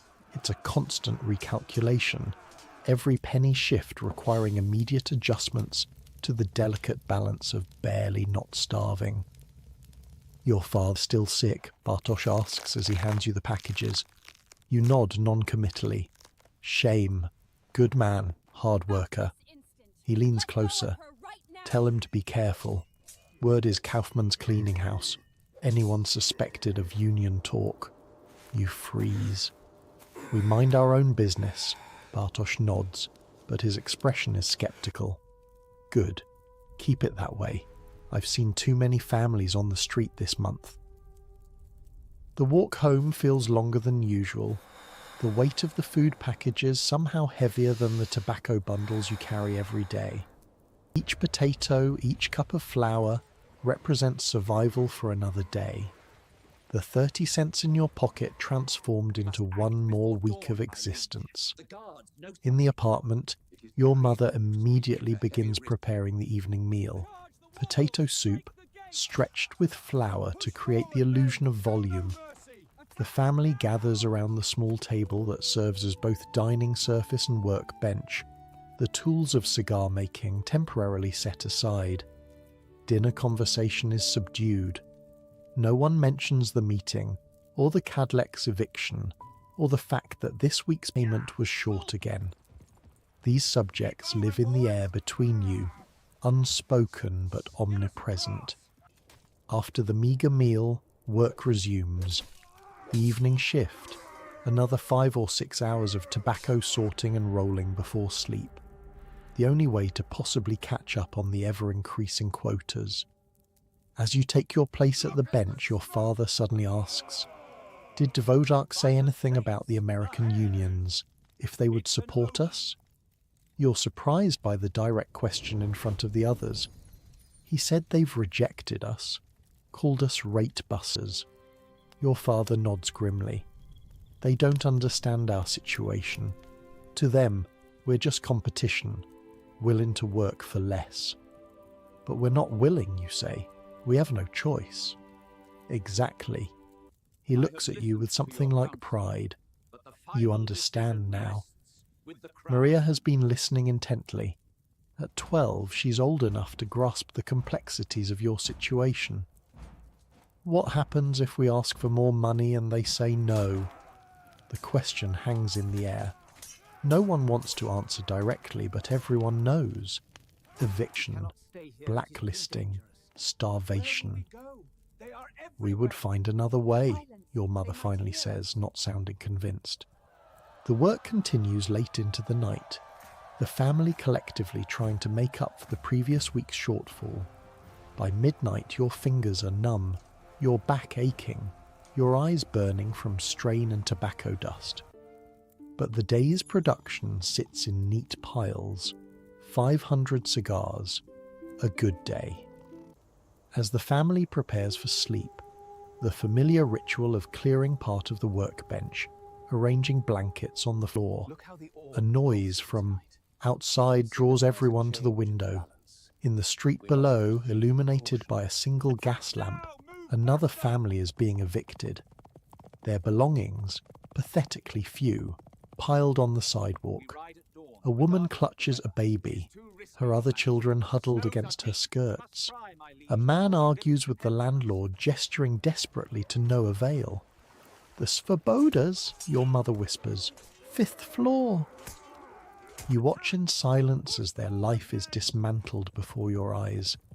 There's nothing you can do, no help you can offer.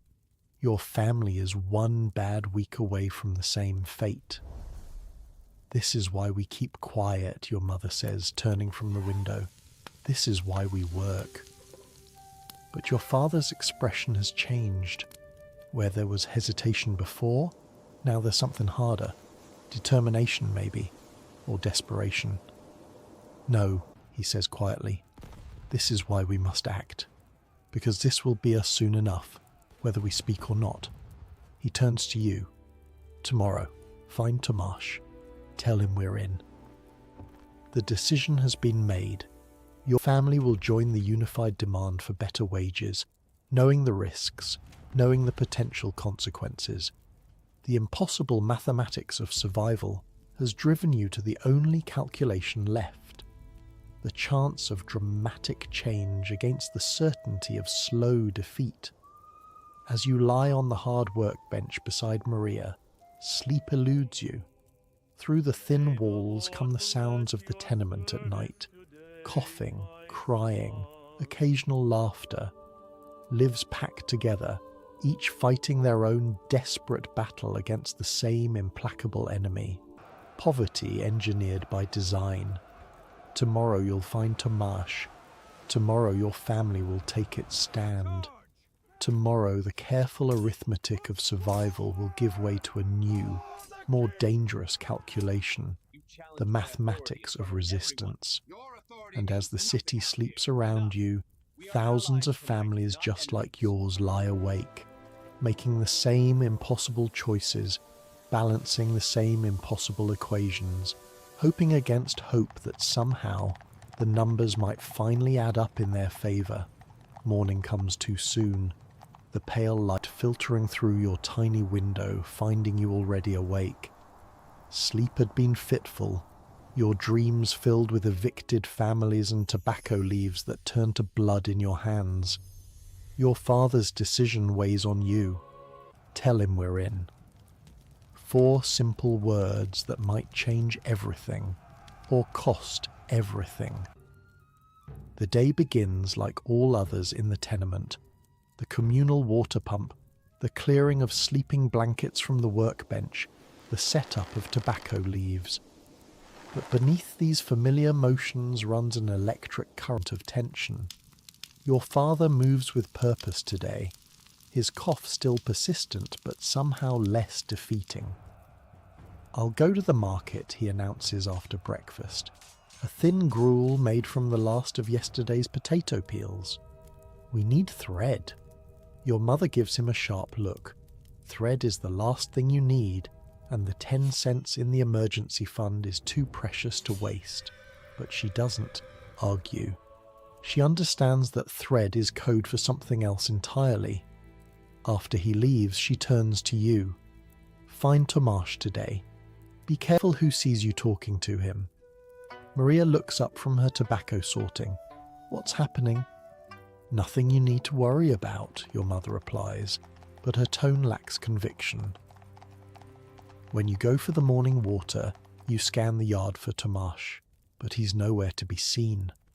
The pump area is crowded with women and children from throughout the building, all engaged in the daily struggle for this most basic necessity. You notice something different today. The conversations stop when you approach. Women give you sidelong glances, some nodding slightly, others turning away. Word has spread somehow. Your family has been marked, either as allies or as risks, you're not sure which. Mrs. Cherney from the second floor catches your eye and deliberately moves away from the other women, positioning herself near the back wall. You follow, pretending to examine a spot on your bucket. "Meeting tonight," she whispers without looking at you. "Same place. Bring a count from your floor. How many are in? How many out?" Before you can respond, she walks away, her face expressionless. The exchange took less than 5 seconds, but your heart pounds as if you'd run a mile. This is really happening. Back in the apartment, the day's work begins in earnest. Your fingers move automatically through the familiar tasks, stripping, sorting, rolling, while your mind races with the implications of what's unfolding. A coordinated demand for higher wages, a direct challenge to men like Kaufman, who control every aspect of your existence. You know what most history books won't tell you? The level of organization that these immigrant communities achieved despite having everything stacked against them. No phones, no common language with the outside world. Many couldn't read or write, and yet they created intricate networks of communication and mutual aid. It was seriously impressive. Around mid-morning, there's a commotion in the hallway.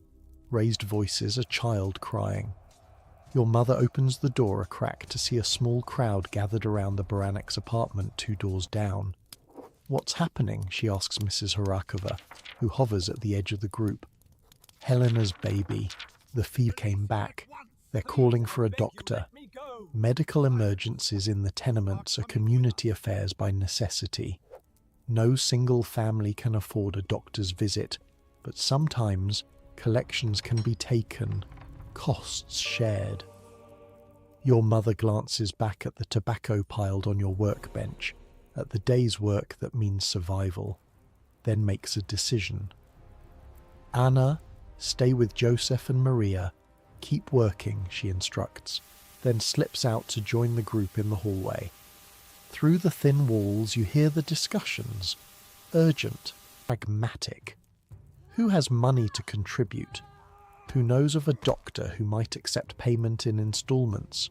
Who has medicinal herbs or remedies that might help until professional care can be secured? This is how the isolated Bohemian community survives, through a carefully maintained network of mutual support that stretches meagre resources just far enough to prevent complete collapse. No one has enough individually, but collectively there's a chance. Your mother returns an hour later, her expression grim. They found a doctor who will come this evening. Everyone gave what they could. How much did we give, you ask, already calculating the impact on your food budget. 5 cents, she replies. It was all we could spare. 5 cents. An hour's worth of cigar making by your entire family. The mathematics of poverty require such impossible calculations daily. As the morning progresses, you notice Maria watching you with curious intensity. What's really happening, she asks when your mother steps out briefly to check on the Baranek baby. With father going for thread and you looking for Tomash, you hesitate. At 12, Maria is old enough to understand, but knowing puts her at risk too. Thank you. People are talking about asking for more money, you finally say, keeping your voice low. For the cigars. Her eyes widen. All the people? Together? You nod. She considers this, her young face serious beyond her years. Good, she says simply, and returns to her work. Around noon, a knock at the door makes everyone freeze. Your mother answers to find Tomash standing there, his expression carefully neutral. My mother wonders if you have any salt to spare, he says loudly, clearly for the benefit of anyone listening in the hallway. Your mother invites him in and closes the door. What news? She asks immediately. 26 families from our building are in, he reports. 17 are undecided. 8 have refused. The numbers are better than you expected. More than half committed already. And the other buildings? Your mother asks. Similar. My father says they only need 60% to make it work. The owners can't replace that many all at once. You notice Tomash looks different today. More alive somehow, energized by purpose. Like your father, he's found something beyond the endless cycle of tobacco and sleep. Something to hope for. Tell Dvořák we're in, your mother confirms. All of us. After Tomash leaves, the atmosphere in the small apartment feels changed, lighter, despite the enormous risk you've all just committed to. The endless grinding routine of cigar making continues, but now it's temporarily bounded. 2 weeks until the unified demand. 2 weeks until something breaks, either the system that traps you or your family itself. Your father returns mid-afternoon, ostensibly with thread, but his eyes are bright with news he can't share until the door is closed. It's happening, he says simply, all across the east side, not just our buildings, the ones on 38th Street too, and uptown on 73rd. The scope of the action is larger than you'd imagined. Not dozens of families, but hundreds, perhaps thousands. When? Your mother asks. 2 weeks from today. Everyone stops work. Everyone demands $5 per thousand. No exceptions, no individual negotiations. The audacity of it takes your breath away. A direct challenge to a system designed to keep you isolated. competing against each other for survival, a refusal to accept the impossible mathematics of tenement life any longer. Through the afternoon, you notice increased activity in the building, more people moving through hallways, brief conversations at the water pump, meaningful glances exchanged.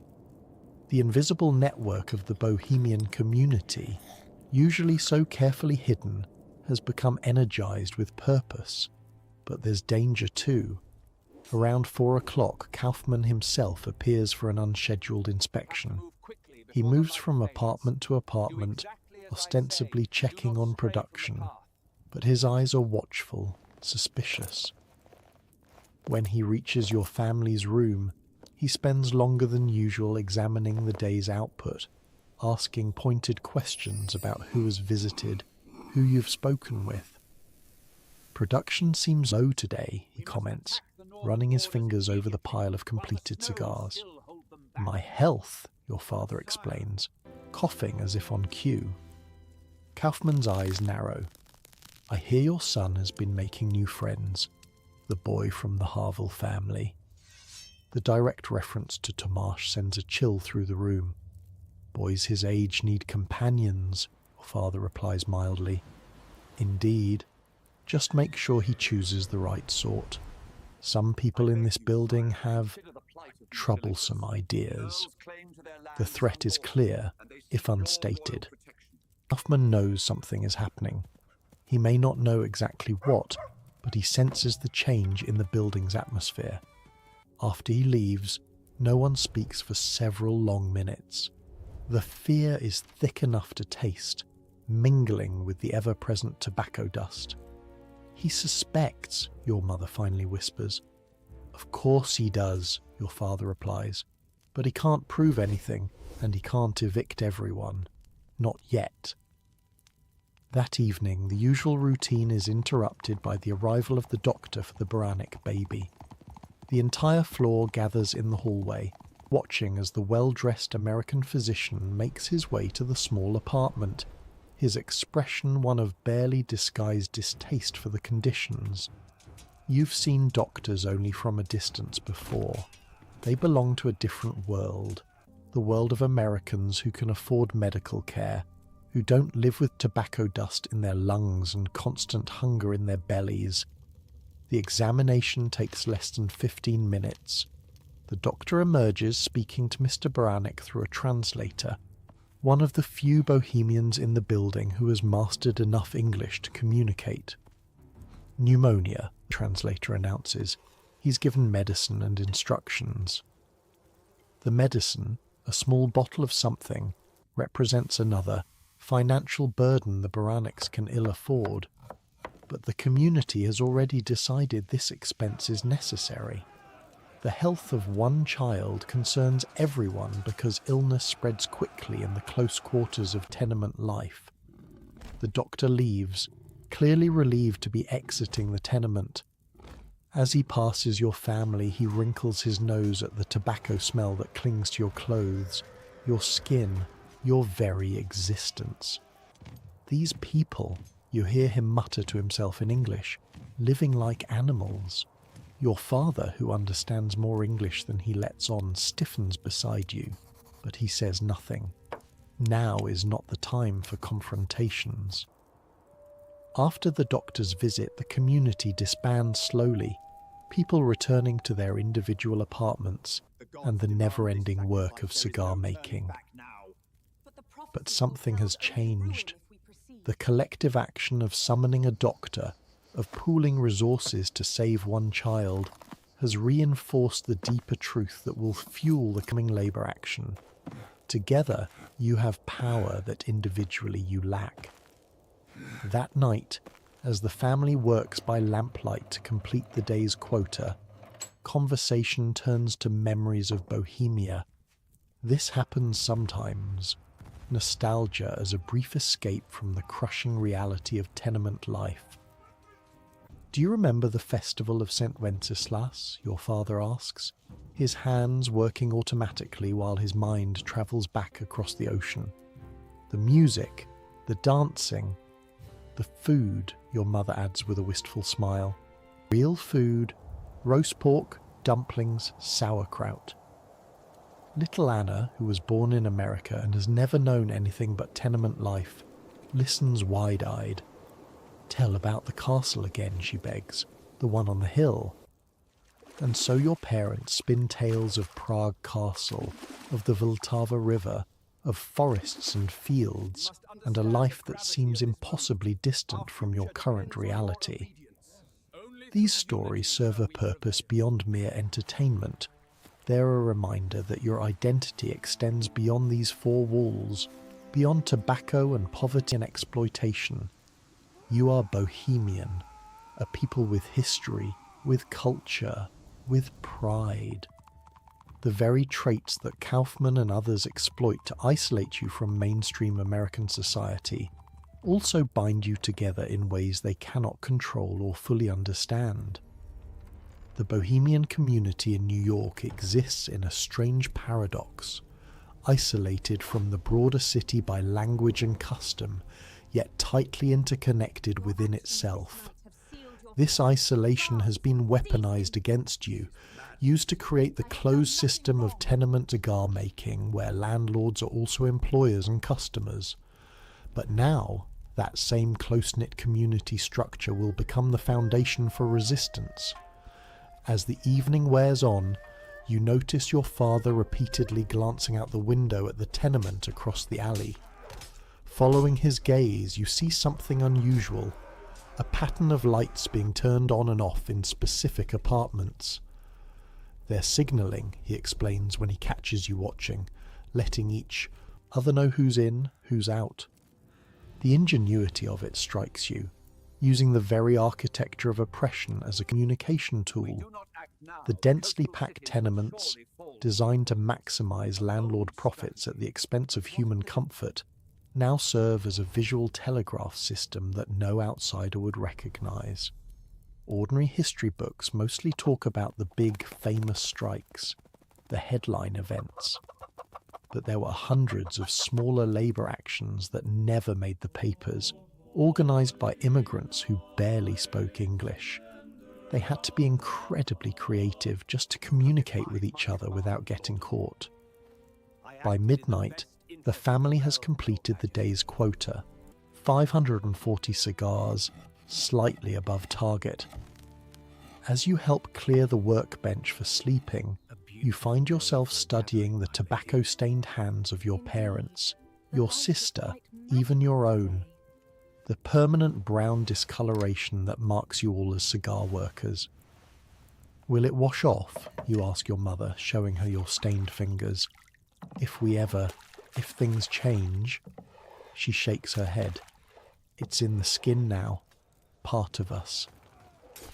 The stains are a visible reminder of how completely the tobacco industry has claimed you, not just your labour and health, but your very bodies marked as its property.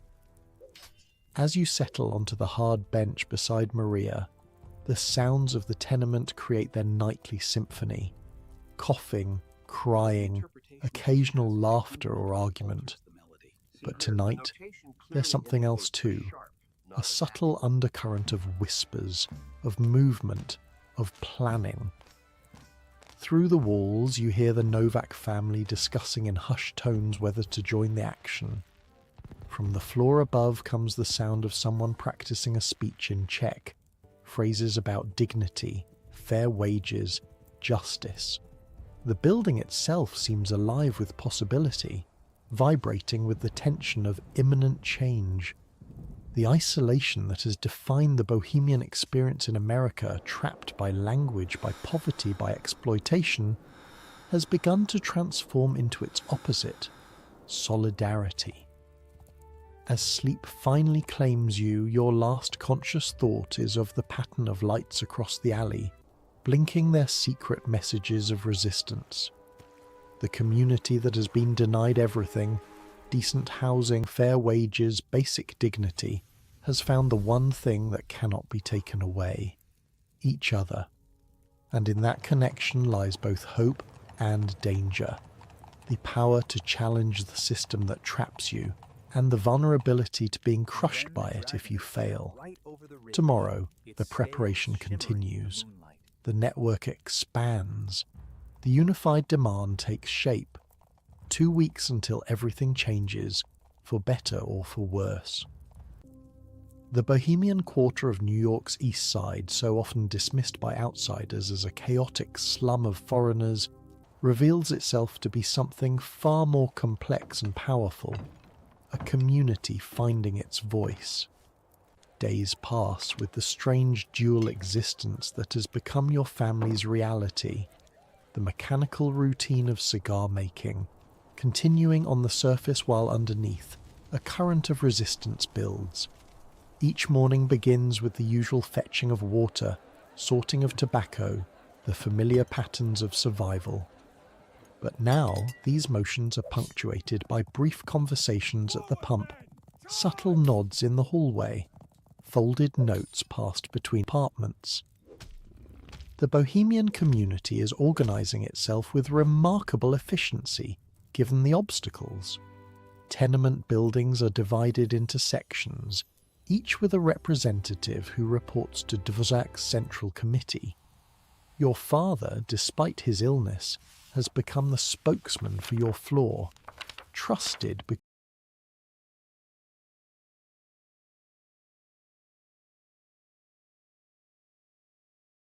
of his 6 years in America, respected for his skill at his craft. 10 days until the unified demand. The preparation intensifies.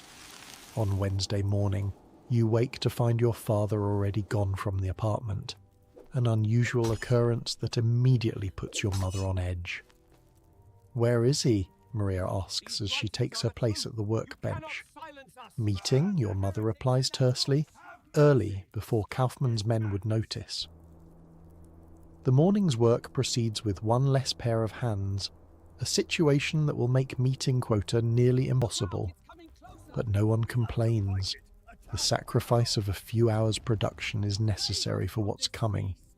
When your father returns around 9, his face is flushed with both excitement and the effort of climbing 4 flights of stairs with his weakened lungs. He waits until the door is firmly closed before speaking. "It's bigger than we thought," he says, his voice low but intense. "Not just the Bohemians now. The Polish families on 7th Street are joining, and some of the Italians from Mulberry." The news sends a ripple of surprise through the room. The isolation of immigrant communities in New York is normally nearly absolute, each nationality forming its own closed society, often carrying old-world prejudices and rivalries. The idea of Bohemians, Poles and Italians acting in concert is revolutionary.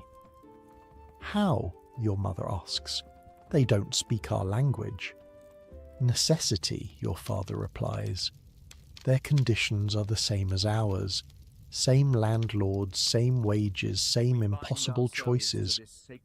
He sits at the workbench, automatically reaching for tobacco despite his obvious exhaustion. The committee has drafted demands. $5 per 1,000 cigars, as we discussed. But also other things. No evictions without 30 days' notice. Repairs to the toilets and water systems. Windows added to the interior rooms. The scope of the action has expanded beyond a simple wage demand into something more comprehensive, a direct challenge to the entire system of tenement exploitation. "And if they refuse?" your mother asks, voicing the question that haunts everyone. Your father's expression hardens. "Then we strike, all of us. No cigars made, no rent paid, until they negotiate." The audacity of it steals your breath. A total withdrawal of both labour and rent would bring the entire economic system of the tenements to a grinding halt. It would also put every participating family at immediate risk of starvation and eviction. "We can't survive long without working," your mother points out. "That's the other part of the plan," your father explains. "Community kitchens, shared resources. Each building will collect what food they can now to be distributed during the strike. Those who have relatives with space will send children to them. Those who have any savings will contribute to those who don't. It's a system of mutual aid born of desperate circumstances, pooling the community's meagre resources to extend survival just long enough to force concessions. Your family spends that day working with unusual intensity, trying to make up for the production lost during your father's absence. Even little Anna works without breaks, her small fingers moving mechanically through the piles of tobacco leaves. By nightfall, the day's quota has been met, barely. But instead of the usual relief that comes with completing the required production, there's a new tension in the air. Each completed cigar now represents not just survival, but preparation for the coming conflict. After dinner, a thin potato soup that leaves everyone still hungry. Your father takes you aside. "I need you to do something important," he says quietly. "Something dangerous." Your heart quickens at his serious tone. "Take this to the man at this address." He hands you a small folded paper with an address written on it. His name is Jacob Rees. He works for a newspaper. "An American newspaper?" you ask, surprised. Your father nods. He speaks Danish, not Czech, but he understands enough.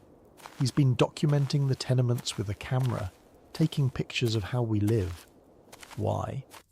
Because Americans don't know, or don't want to know, how the cigars they smoke are made, the conditions we live in. Rees is trying to show them. The idea that anyone outside your close community might care about your conditions seems almost fantastical. The Americans you've encountered, doctors, inspectors, police, have looked through you as if you were invisible or regarded you with open disgust. "When should I go?" "Now, after dark. Be careful. Kaufman's men are watching the buildings more closely now." You tuck the paper into your pocket and prepare for your mission. Your mother gives you an old cap to pull low over your face and wraps a scarf around your neck despite the mild evening temperature. Anything to disguise your identity. This guy, Jacob Rees, was a real badass, by the way. He was an immigrant himself, came from Denmark in 1870, and became obsessed with documenting the awful conditions in New York's slums. He pioneered flash photography so he could show the dark, windowless rooms where people lived and worked. His photos shocked the public because most Americans had no idea how bad things really were. The streets of New York after dark hold different dangers than during the day. You move quickly, head down, trying to look like you have a purpose without drawing attention. The address is on Mulberry Street, an area you've never visited before, populated largely by Italian immigrants. Finding the building takes longer than expected. The streets here follow different patterns than in your neighborhood, and few signs are in languages you can read. But eventually you locate the address, a small office with a sign in English that means nothing to you. A knock on the door brings no response at first. You try again, louder, and finally hear movement inside. The door opens to reveal a man in his 30s with a beard and piercing eyes that study you intently. "Yes?" he asks in English. You panic momentarily. Your English is limited to a few basic phrases. "Dvořák," you say finally, hoping the name will mean something. Recognition flashes in the man's eyes. "Come in," he says, switching to accented but understandable German, a language many Bohemians know at least partially. Quickly. Inside, the office is cluttered with papers, books, and strange equipment you've never seen before. Cameras and developing supplies for his photographs. Jacob Rees gestures for you to sit while he locks the door. "You're from the Bohemian quarter?" he asks in German. You nod, handing him the folded note from your father. He reads it quickly, his expression growing more intense. "A unified action," he murmurs. All the buildings at once. Bold. He looks at you more carefully now, taking in your tobacco-stained fingers, your too thin frame, the exhaustion evident even in one so young. "How old are you, boy?" he asks. 10. "And you work making cigars?" You nod again. "How many hours each day?" 16, sometimes more. Reese mutters something under his breath that sounds like a curse. Then he reaches for a strange device, a camera with an attached flash apparatus. "Would you permit me to take your photograph? To show the Americans what their cigars cost to make?" The request surprises you. No one has ever wanted your photograph before, but you understand instinctively the power of such an image. A child with tobacco-stained hands and hollow eyes, the visible evidence of exploitation that most Americans never see. "Yes," you say simply. Reese positions you near a window, arranging your hands to show the tobacco stains. The flash when it comes is blinding, a sudden explosion of light that makes you flinch. "Thank you," Reese says when it's done. "This will help tell the story. The Americans need to see." He writes a brief response to your father's note, folds it carefully and hands it to you. "Be careful returning. The landlords have hired men to watch for organisers." The return journey through dark streets feels more dangerous now that you're carrying an actual message related to the labour action. Each shadow seems to hide a potential informant, each passing figure a threat. But you make it back to your building without incident, slipping in through the cellar entrance Tomas showed you. Your father reads Reese's note with evident satisfaction. He will publish something about our conditions next week, and he has contacts with some of the American labour organisations. They might support us despite their previous position. Will it make a difference, you ask, if the Americans know? Your father's expression is complex, hope warring with scepticism born of hard experience. Perhaps. Their opinion matters to the city officials in ways ours never will, and Reese has the ear of Theodore Roosevelt, who has some power in this city. The next day brings the first visible response from the landlords to the rumours of organising. Kaufman arrives with 3 men you've never seen before. Tough-looking Americans with the hard eyes and cauliflower ears of professional fighters. They station themselves at the building entrance, watching everyone who comes and goes. "Pinkertons," your father says when he sees them from the window, "strike breakers." The presence of these men changes the atmosphere in the building immediately.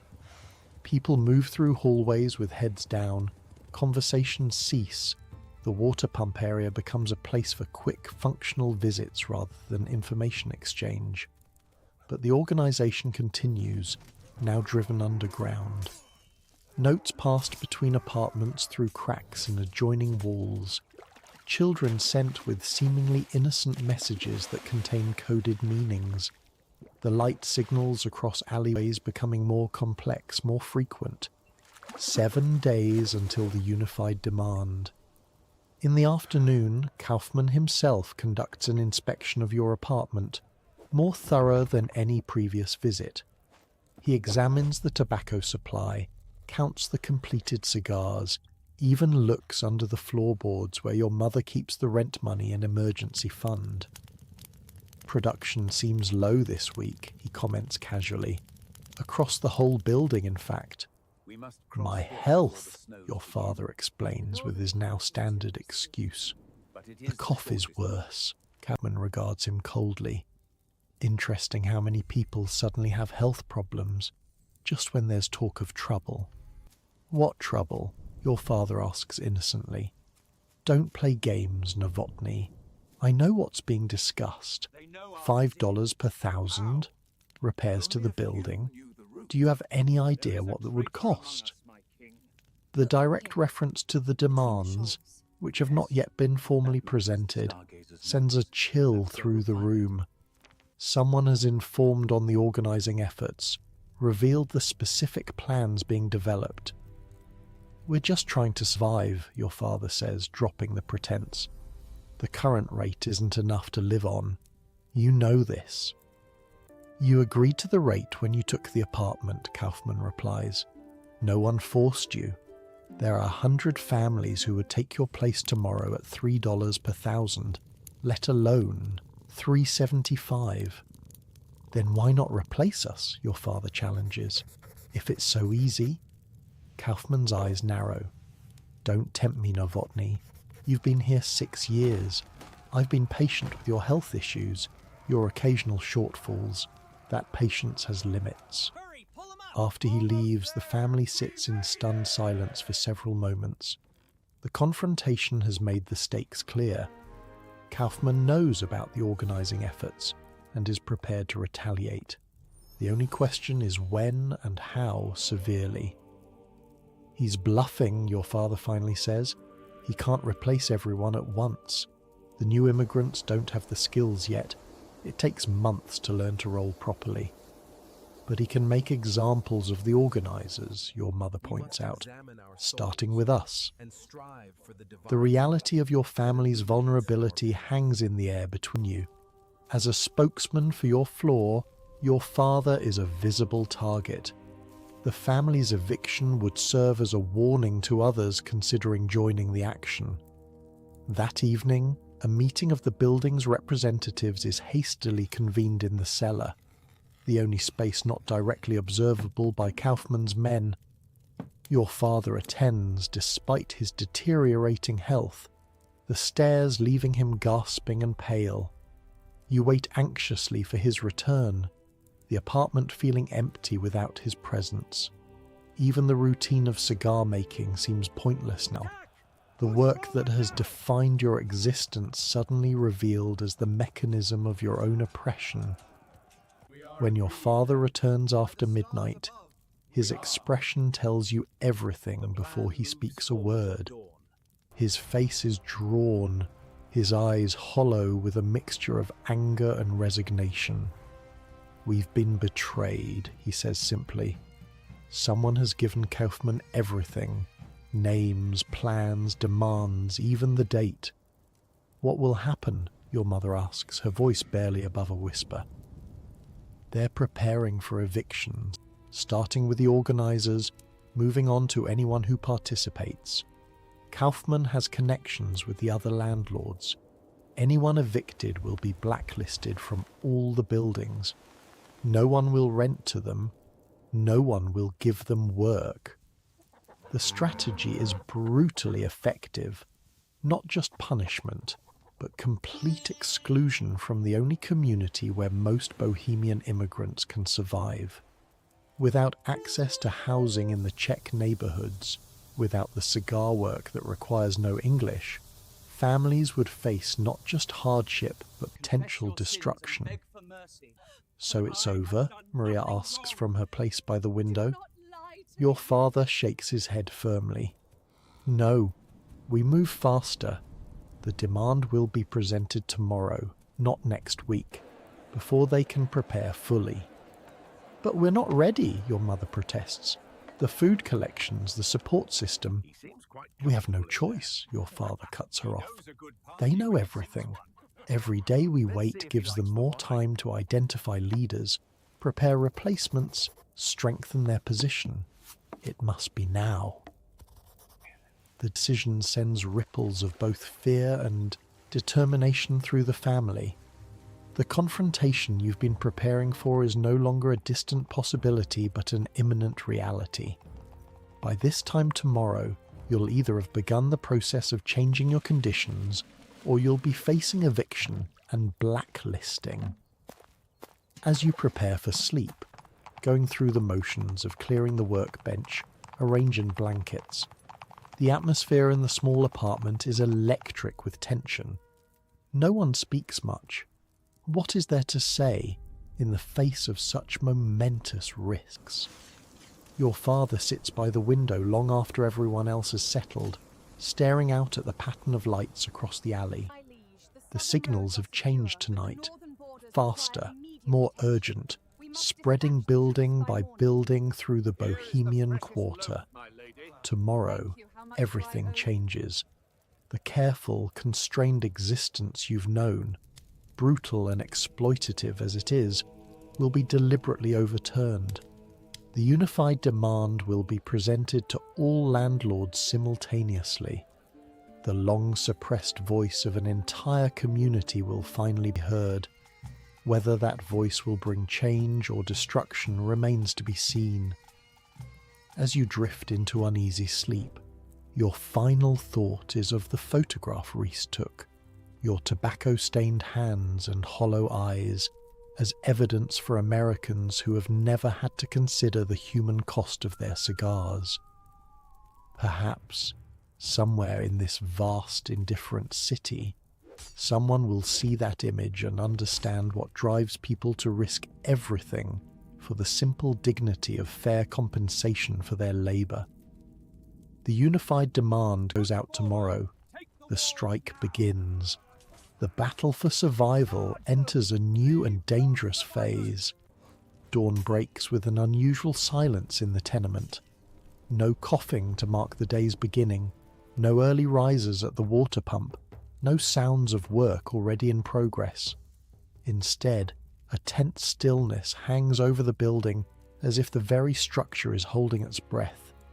Today is the day of the unified demand. The strike begins.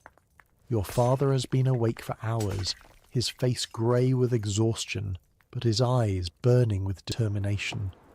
He sits at the workbench, not working for once but writing, carefully copying the demands in his best handwriting, struggling with the English phrases that someone else has translated for him. They must have it in both languages, he explains when he catches you watching. So there can be no confusion about what we're asking for.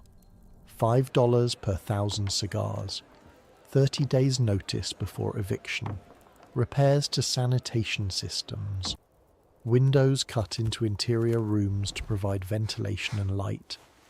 Basic human requests that seem revolutionary only because of how completely such basic dignities have been denied. Your mother moves through the apartment with tense efficiency, her worry evident in the tight line of her mouth. She has lived through strikes before, in Bohemia. She knows how quickly they can turn violent, how desperate authorities become when their power is challenged. Eat, she instructs, placing before each family member a slightly larger portion of bread than usual, a small luxury purchased with the emergency fund. We don't know when we'll eat again. The morning meal is consumed in silence, each person lost in their own thoughts about what the day might bring. Little Anna, sensing the tension but not understanding its cause, keeps glancing at each face with worried eyes. Is something bad happening? She finally asks. Your father considers her for a moment before answering. Something necessary, he says finally. And yes, it might be hard, but it's for a better life, for all of us. Around 9 o'clock, a soft knock at the door announces Tomasz. It's time, he says simply. Everyone is gathering in the yard. Remarkably, the residents of the entire building have managed to organize this assembly without alerting Kaufmann's watchman. The system of signals, messengers, and coded communications has worked, bringing people together at the precise moment required. Your family joins the stream of people moving quietly down the stairs and into the small concrete yard behind the tenement. The space, usually empty save for the water pump and ash barrels, is now packed with humanity. Every resident of the building, from infants to the elderly. The diversity of the crowd strikes you anew. Not just Bohemians now, but Poles, a few Germans, even some Italians from the neighbouring building who have joined the action in solidarity. All immigrant workers trapped in the same exploitative system, all united now in a demand for basic dignity. Dvořák stands on an overturned crate at the centre of the gathering, copies of the demands in his hand. He speaks first in Czech, then attempts broken English, then German, ensuring everyone understands what is about to happen.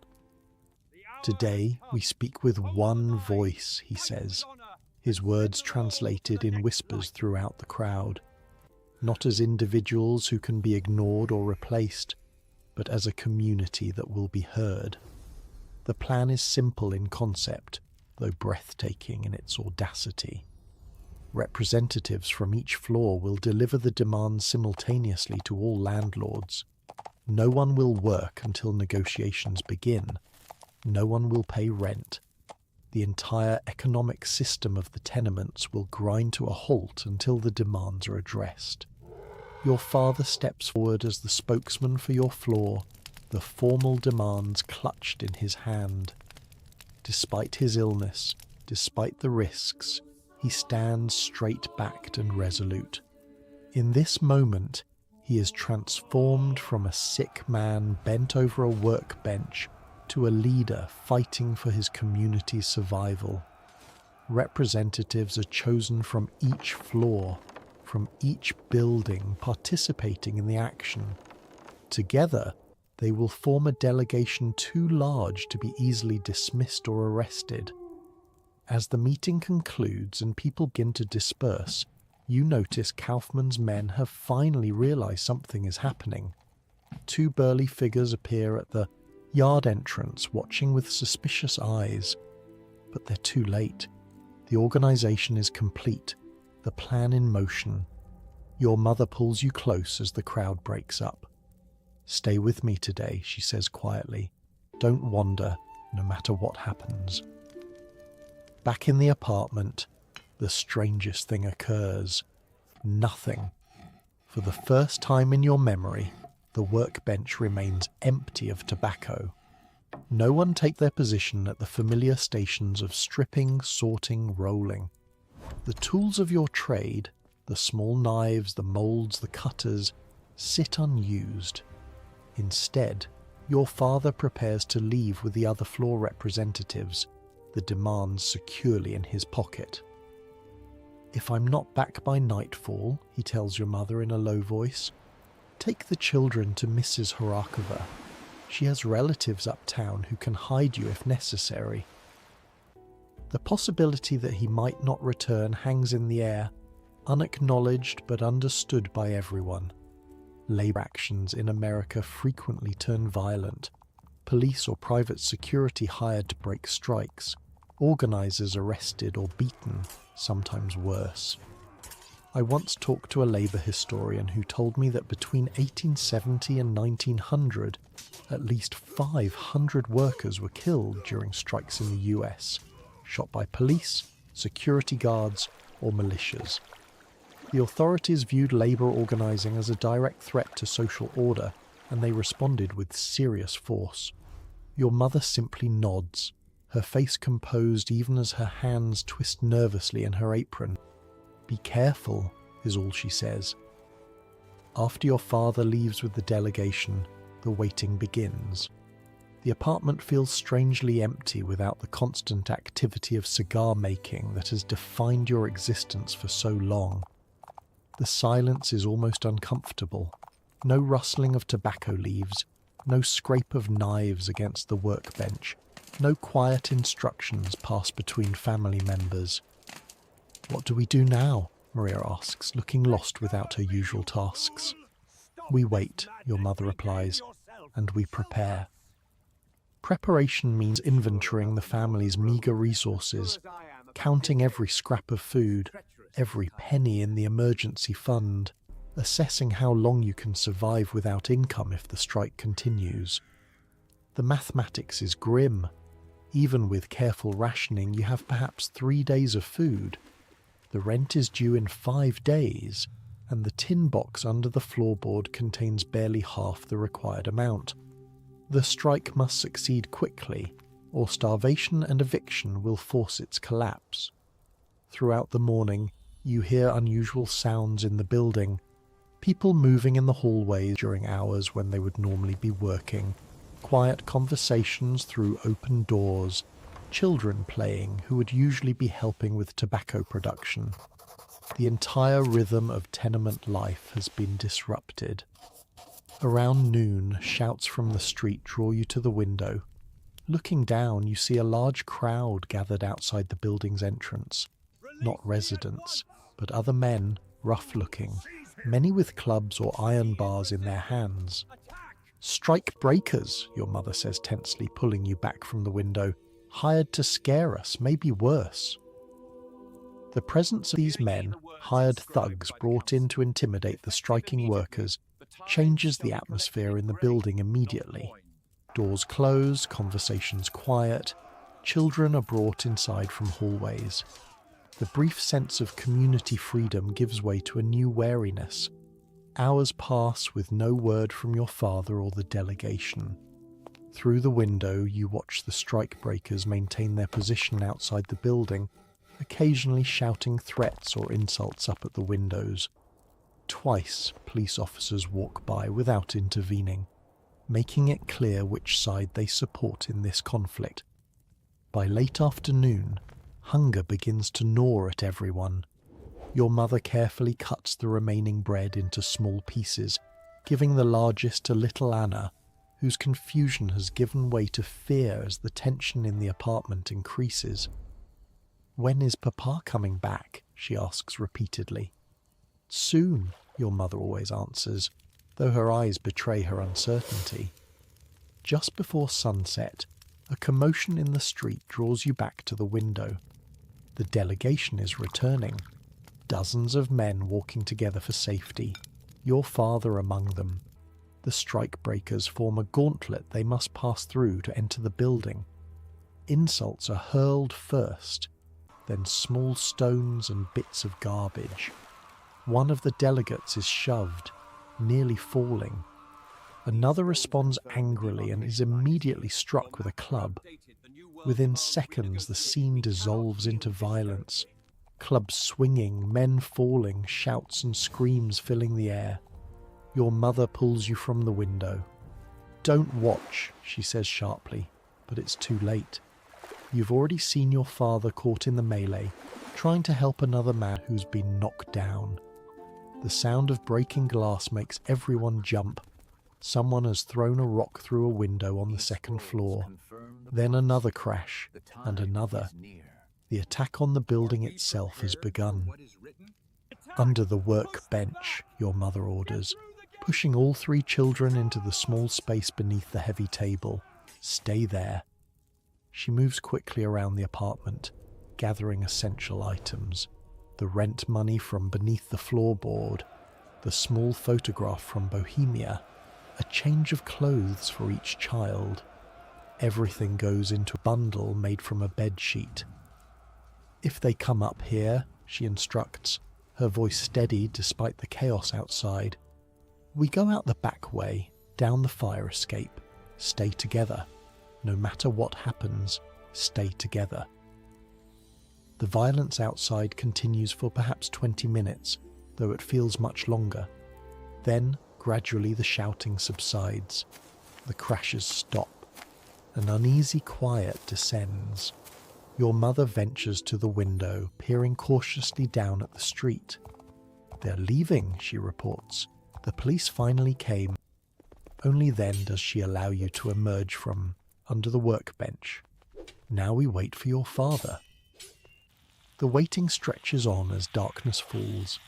Other men from the delegation have returned to their apartments. You hear their voices in the hallway, their family's relief. But your father is not among them. By 9 o'clock, worry has etched deep lines in your mother's face. She paces the small apartment, occasionally checking the hallway, returning each time with a tighter expression. Finally, a knock. But when she opens the door, it's not your father but Mrs. Horakova and Tomasz's father, Mr. Havel. Their expressions tell you everything before they speak a word. "He's been arrested," Mr. Havel says quietly, along with Dvorak and 3 others. "Arrested? For what?" your mother demands. "Inciting a riot," they're saying, "disturbing the peace." The absurdity of it, that those attacked would be charged rather than the attackers, is so common in immigrant experience as to be almost expected. Justice, like decent housing and fair wages, is a luxury not extended to people like you. What will happen to him? Your mother asks. Mrs. Horakova and Mr. Havel exchange glances. They'll keep him at least overnight, Mrs. Horakova finally says. Maybe longer. The magistrate doesn't see cases until Monday. Monday. 4 days away. 4 days without your father's labour, without his protection, with the rent coming due and food already scarce. And the strike? Your mother asks. It continues, Mr. Havel says firmly. The demands were delivered to all the landlords. Some are already talking about negotiating rather than losing more production. After they leave, your mother sits at the workbench, her face in her hands. For a moment, just a moment, you see her composure crack. A single sob escapes before she masters herself again. What will we do? Maria asks quietly. Your mother straightens, her decision made. We continue as well. No work until your father returns and the demands are met. That night, sleep is fitful for everyone. The apartment feels exposed, vulnerable without your father's presence. Every sound in the hallway, every shout from the street might herald new danger. You dream of tobacco leaves that turn to flames in your hands, of workbenches that collapse, of your father lost in a maze of tenement hallways calling your name. You wake repeatedly, disoriented by the absence of the familiar weight of his coughing in the night air. Morning brings new challenges. With your father gone, the family's already limited options narrow further. Your mother takes charge with quiet determination, assigning each child specific tasks to extend your meagre resources. Joseph, take Anna and check all the ash barrels behind the building, she instructs. Sometimes people throw away food that can still be used. Maria, go to Mrs. Horakova and see if she has any potato peelings we can boil for soup.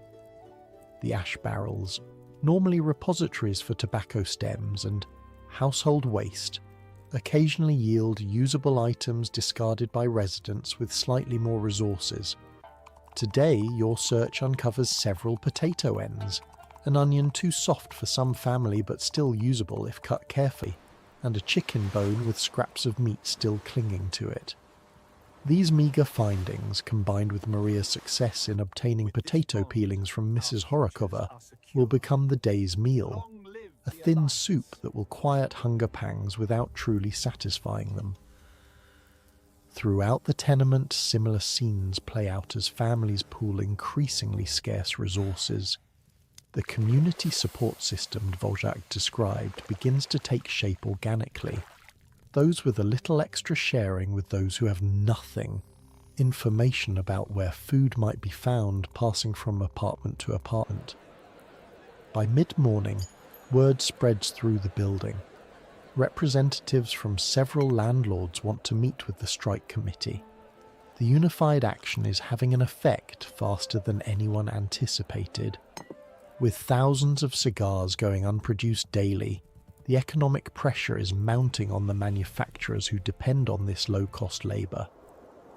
But there's other news too. Kaufmann is among those refusing to negotiate.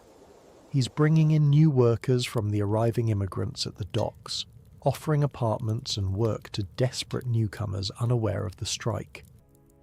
Scabs, someone in the hallway spits out the word like a curse. Strike breakers. The use of replacement workers is the oldest and most effective tactic against labour actions. With a constant flow of new immigrants arriving daily, each more desperate than the last, finding replacements willing to work for even less than the current rate is all too easy. By afternoon, the first new family arrives. You watch from the window as they're escorted into the building by Kaufmann's men, their meagre possessions carried in bundles much like those your family brought 6 months earlier. Their faces show the same mixture of hope and fear that must have been on yours when you first saw the tenement that would become your prison and workplace. They don't know, Maria says softly beside you at the window. They don't understand what's happening. They will soon enough, your mother replies. As the day progresses, the reality of the strike settles into the building like a physical presence. Hallways that would normally echo with the sounds of work are quiet. The usual smell of tobacco is gradually replaced by the odours of closely packed humanity with no income to mask its conditions. Unwashed bodies, overflowing toilets, the beginnings of genuine hunger. In other buildings participating in the action, similar scenes unfold. Occasionally, messengers slip past the watchman to bring updates. This landlord considering the demands, that one bringing in replacements, another evicting the most visible organisers. The unified front is beginning to show cracks under the pressure of immediate survival needs. Families with young children or sick members face impossible choices: continue the strike and watch their vulnerable suffer, or return to work and betray the collective action. By evening, 3 families in your building have quietly resumed cigar making, unable to bear the prospect of another day without income. No one blames them openly. The mathematics of tenement survival allows little room for principles when children are hungry. Your own family faces the same brutal calculations. The soup from salvaged scraps barely quiets the constant gnawing in your stomach. Little Anna has grown listless, her usual energy sapped by hunger and worry. Your mother's face is drawn with the strain of decisions no parent should have to make. Tomorrow, she says as darkness falls, we will try to visit your father at the police station. Perhaps they will allow us to bring him food. The idea that you would sacrifice your own meagre rations to feed someone in jail speaks volumes about both family loyalty and the conditions of 19th century incarceration, where prisoners were often expected to provide their own sustenance or go without. That night, as you lie on the hard workbench that serves as your bed, the tenement around you feels different. Not just your own building, but the entire Bohemian quarter of the East Side. The isolation that has defined your community's experience has cracked, revealing both vulnerability and unexpected strength.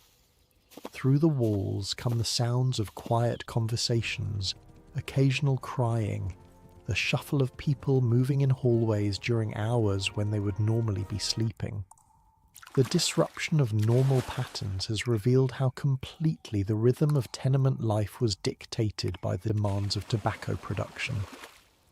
In the darkness, Maria whispers beside you, "Will it work? Will they give us more money?" You have no answer to give her. The adult calculations of power, resistance, and survival are still beyond your full comprehension. All you know with certainty is that something has changed, not just in the external conditions of your life, but in how you understand your place within them. For the first time, you've seen your community act rather than simply endure. Whether that action brings improvement or greater hardship remains to be seen. But the silence of the workbench, the absence of the constant production that has defined your existence, feels like both loss and possibility. Tomorrow, you will try to see your father. Tomorrow, the consequences of resistance will become clearer. Tomorrow, the brutal mathematics of survival will demand new calculations from everyone involved in this unprecedented attempt to change the equation of tenement life. For now, sleep comes in fits and starts, hunger and worry taking turns keeping you awake. The tenement breathes around you, a collective organism finding its voice after decades of enforced silence. Dawn of the third day of the strike brings a sound you'd almost forgotten: rain. It drums against the small window, streaming down the glass in rivulets, that distort your view of the tenement across the alley. In the grey morning light, the building looks more like a prison than ever, its windows dark, its walls slick with moisture. Your mother has been awake for hours, preparing for the visit to the police station. She set aside a small portion of bread, precious food you can ill afford to share, and wrapped it carefully in a scrap of clean cloth. Her face shows the strain of another night without sleep, another day of impossible decisions. "Joseph, Maria, you'll come with me," she says as she combs Anna's hair with her fingers, trying to make the child presentable enough for a police station visit. "We must look respectable. The Americans notice these things. The irony isn't lost on you, that people forced to live in squalor by poverty wages must somehow appear respectable, to appeal to the very authorities who enable their exploitation. But your mother understands the unwritten rules of survival in America. Appearances matter, especially when you have nothing else." Breakfast is a few spoonfuls of watered-down broth saved from yesterday's soup, barely enough to quiet the constant gnawing in your stomach. Even this meagre meal is a luxury compared to what some families in the building are facing. Through the walls, you've heard children crying from hunger, mothers trying to soothe them with promises of food that may never materialize. The rain continues as you leave the building, soaking through your thin clothes almost immediately. The police station is 15 blocks away, a journey you've never made before. Your mother leads with determined steps, Anna's small hand clutched in hers, you and Maria following close behind. The streets of New York on a rainy morning reveal the city's stark divisions even more clearly than usual. Well-dressed businessmen hurry past with umbrellas, barely glancing at the beggars huddled in doorways. Carriages splash through puddles, their occupants dry and comfortable behind glass windows. Meanwhile, children even younger than Anna search through garbage for anything salvageable. "Is this what they meant by America being the land of opportunity?" Maria whispers, as you pass a particularly grim scene. A woman with an infant begging outside a restaurant where diners visible through the window seem to be enjoying elaborate breakfasts. "For some it is," your mother replies, having overheard. "For others..." She doesn't need to finish the sentence. The evidence surrounds you. The police station, when you reach it, is imposing. A solid brick building with stern-faced officers guarding the entrance. Your mother straightens her shoulders, smooths Anna's hair one more time, and approaches with the careful deference she's learned is necessary when dealing with American authorities. "My husband," she says in her limited English, "Josef Novotny, arrested 2 days ago." The officer at the desk barely looks up from his papers. "Charges." Your mother looks helplessly at you. The legal terminology is beyond her English capabilities. "Disturbing the peace," you offer, recalling what Mr. Havel had said, "from the strike." At the word strike, the officer's demeanour changes, his expression hardening. "The cigar makers," he says with clear disdain, "causing trouble." "We just want to see him," your mother pleads. "Bring food." She holds up the small package of bread. The officer considers for a moment, then jerks his head toward a bench against the wall. "Wait there." The wait stretches from minutes to hours. Anna grows restless, then hungry, then falls asleep on your mother's lap. Other visitors come and go, most better dressed, most receiving much prompter attention. The building smells of sweat, tobacco, a different, stronger variety than you work with, and the distinctive odour of unwashed bodies in close confinement. Finally, around noon, a different officer approaches. "Novotny, come with me." You follow him through a heavy door and down a corridor lined with cells. The stench intensifies, human waste, body odour, desperation. From some cells come voices, sometimes in English, often in other languages. Pleas, complaints, occasional sobs. Near the end of the corridor, the officer stops. 10 minutes, he says curtly, unlocking a cell door. Inside, your father sits on a narrow bench, his face pale and drawn, a fresh bruise darkening one cheekbone. When he sees your family, his expression transforms, relief mingled with shame at being seen in such circumstances. "Are you all right?" your mother asks immediately, switching to check now that they're relatively alone. "Well enough," he replies, though his voice suggests otherwise. "They questioned us for hours, wanted names of other organisers." "Did you tell them?" Maria asks, wide-eyed. Your father's expression hardens. "Of course not." He gestures to his bruised face. "This was their response to my silence." The casual brutality isn't surprising. Police violence against immigrant strikers is common enough to be expected. But seeing its evidence on your father's face makes it viscerally real, in a way stories never could. "The strike?" he asks. "It continues?" Your mother nods. Most are still holding out, but some families have returned to work. The hunger? He understands immediately. And our family? We have enough for another day, perhaps two. The careful neutrality of her tone doesn't hide the desperation beneath. Without income, without your father's labour, starvation isn't a distant threat but an imminent reality. "When will they release you?" you ask. Your father's laugh is hollow. "The magistrate sees cases on Monday, if he's not too busy, if he cares about Bohemian cigar makers, which he won't." Monday. 3 more days. The mathematics is simple and brutal. You won't last that long without food. "Some landlords are negotiating," your mother offers. "Mr. Avell says 3 have agreed to $4 per thousand. Not the 5 we demanded, but..." "And Kaufman?" She shakes her head, still refusing, bringing in new workers.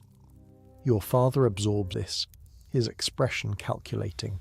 The unified front is breaking, some landlords yielding partially, others holding firm, the workers themselves divided by the impossible pressure of immediate survival needs. "Listen to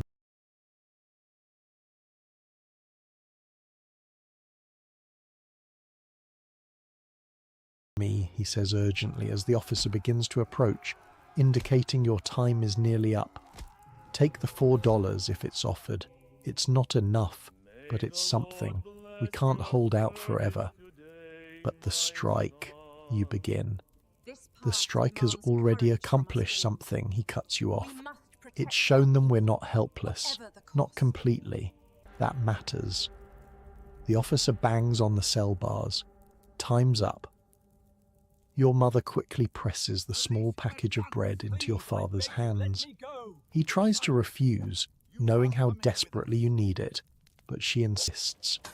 "Stay strong," he tells all of you, as the cell door closes between you. Whatever happens.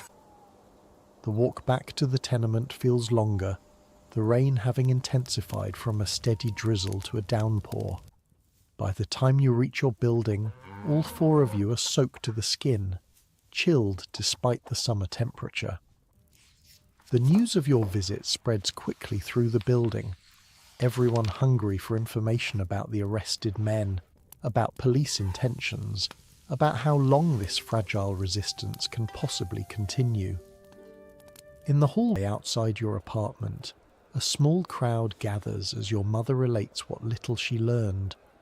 Other families facing the same impossible calculations hang on every word, looking for guidance, for hope, for permission to surrender if surrender becomes the only way to feed their children.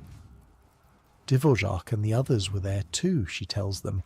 They've been questioned, some roughly. She gestures to indicate the bruises you saw on your father's face, but they've said nothing, given no names. "And the magistrate won't see them until Monday?" Mrs. Horakova asks, the worry clear in her voice. Your mother nods. If then. The implication is clear to everyone. Few families can hold out that long without income.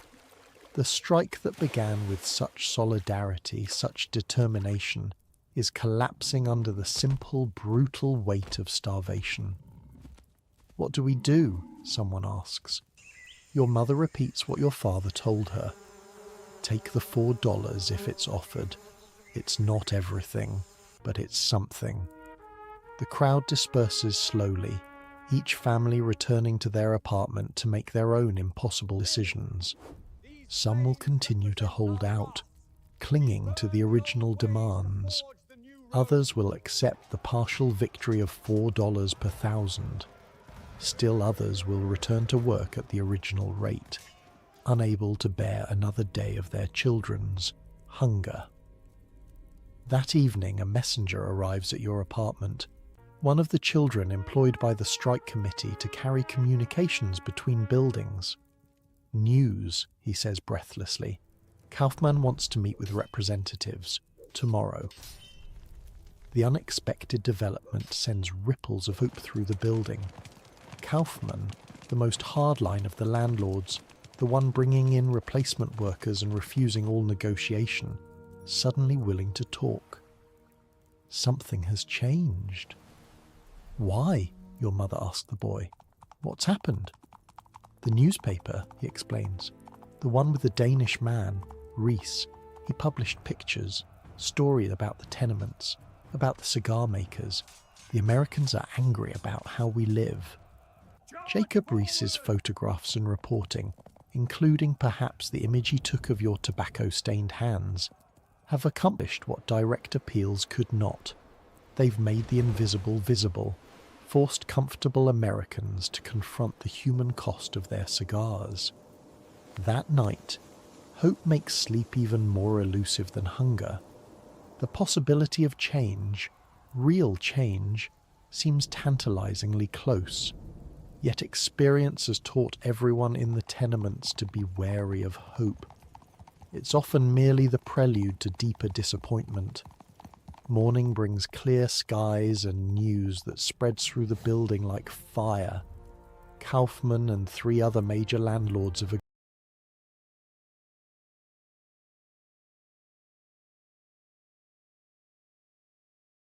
agreed to meet with worker representatives at noon. The location is neutral ground, a church on 14th Street whose pastor has sympathies with the labour movement. With your father still in jail, the tenants on your floor choose Mrs. Horakova to represent them. Her English is limited but better than most, and her dignity commands respect even from Americans. As she prepares to leave for the meeting, she stops by your apartment.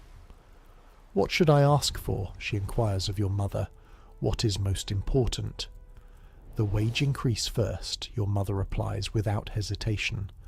$5 per thousand if possible, no less than 4. Then windows for the interior rooms. The rest can wait if necessary. The pragmatism of tenement life, knowing which survival needs must be addressed immediately and which can be deferred, guides even this unprecedented moment of potential change. The hours of waiting while the meeting takes place are excruciating. No work occurs anywhere in the building, everyone too focused on the outcome to maintain even the pretense of normal routine. Children play quietly in hallways, adults gather in small groups, speculating, hoping, fearing. Around 3 o'clock, Mrs. Horakova returns, her expression unreadable as she makes her way through the crowd that immediately forms around her.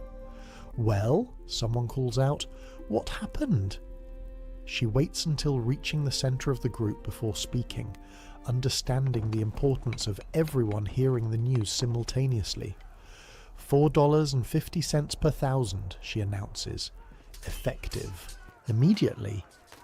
A murmur runs through the crowd, not the jubilation of complete victory, but cautious satisfaction of meaningful improvement. "And the other demands?" your mother asks. "Windows to be added to interior rooms within 3 months.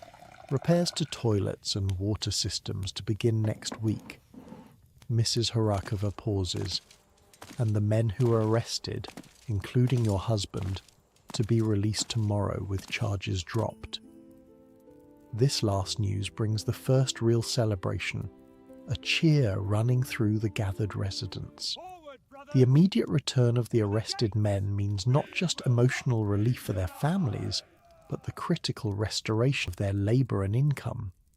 Did they say why they agreed? Someone asks. Mrs. Horakova's expression turns grim. The newspapers, the photographs, Americans talking about boycotting cigars made in sweatshop conditions. They care more about public opinion than about us, but it worked in our favour this time. The victory, such as it is, contains important lessons about power and visibility that no one in the tenements will soon forget. Direct appeals to fairness accomplished little, but the threat of financial consequences brought immediate concessions. As the crowd disperses, a new energy flows through the building. Not just relief at the end of the strike, but something more profound. A collective realization that conditions once thought immutable can indeed be changed through unified action. Your mother returns to the apartment with tears in her eyes, the first you've seen since arriving in America. Your father will be home tomorrow, she says, embracing each of you in turn. The next day dawns clear and cool, a perfect late summer morning. The tobacco buyer arrives earlier than usual, distributing fresh leaves to all apartments, offering the new rate without being asked. The speed with which the landlords implement the wage increase speaks volumes about their fear of renewed action if they delay. By mid-morning, normal sounds return to the tenement, the rustle of tobacco leaves being sorted, the scrape of knives against workbenches, the murmur of families working together. But there's a difference.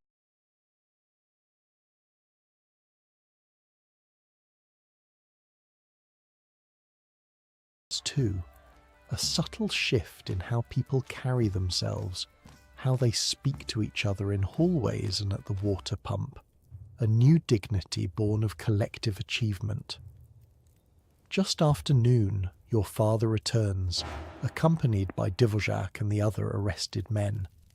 The entire building seems to vibrate with the energy of their homecoming, people stepping out of apartments to applaud as they climb the stairs, children running ahead to spread the news of their arrival.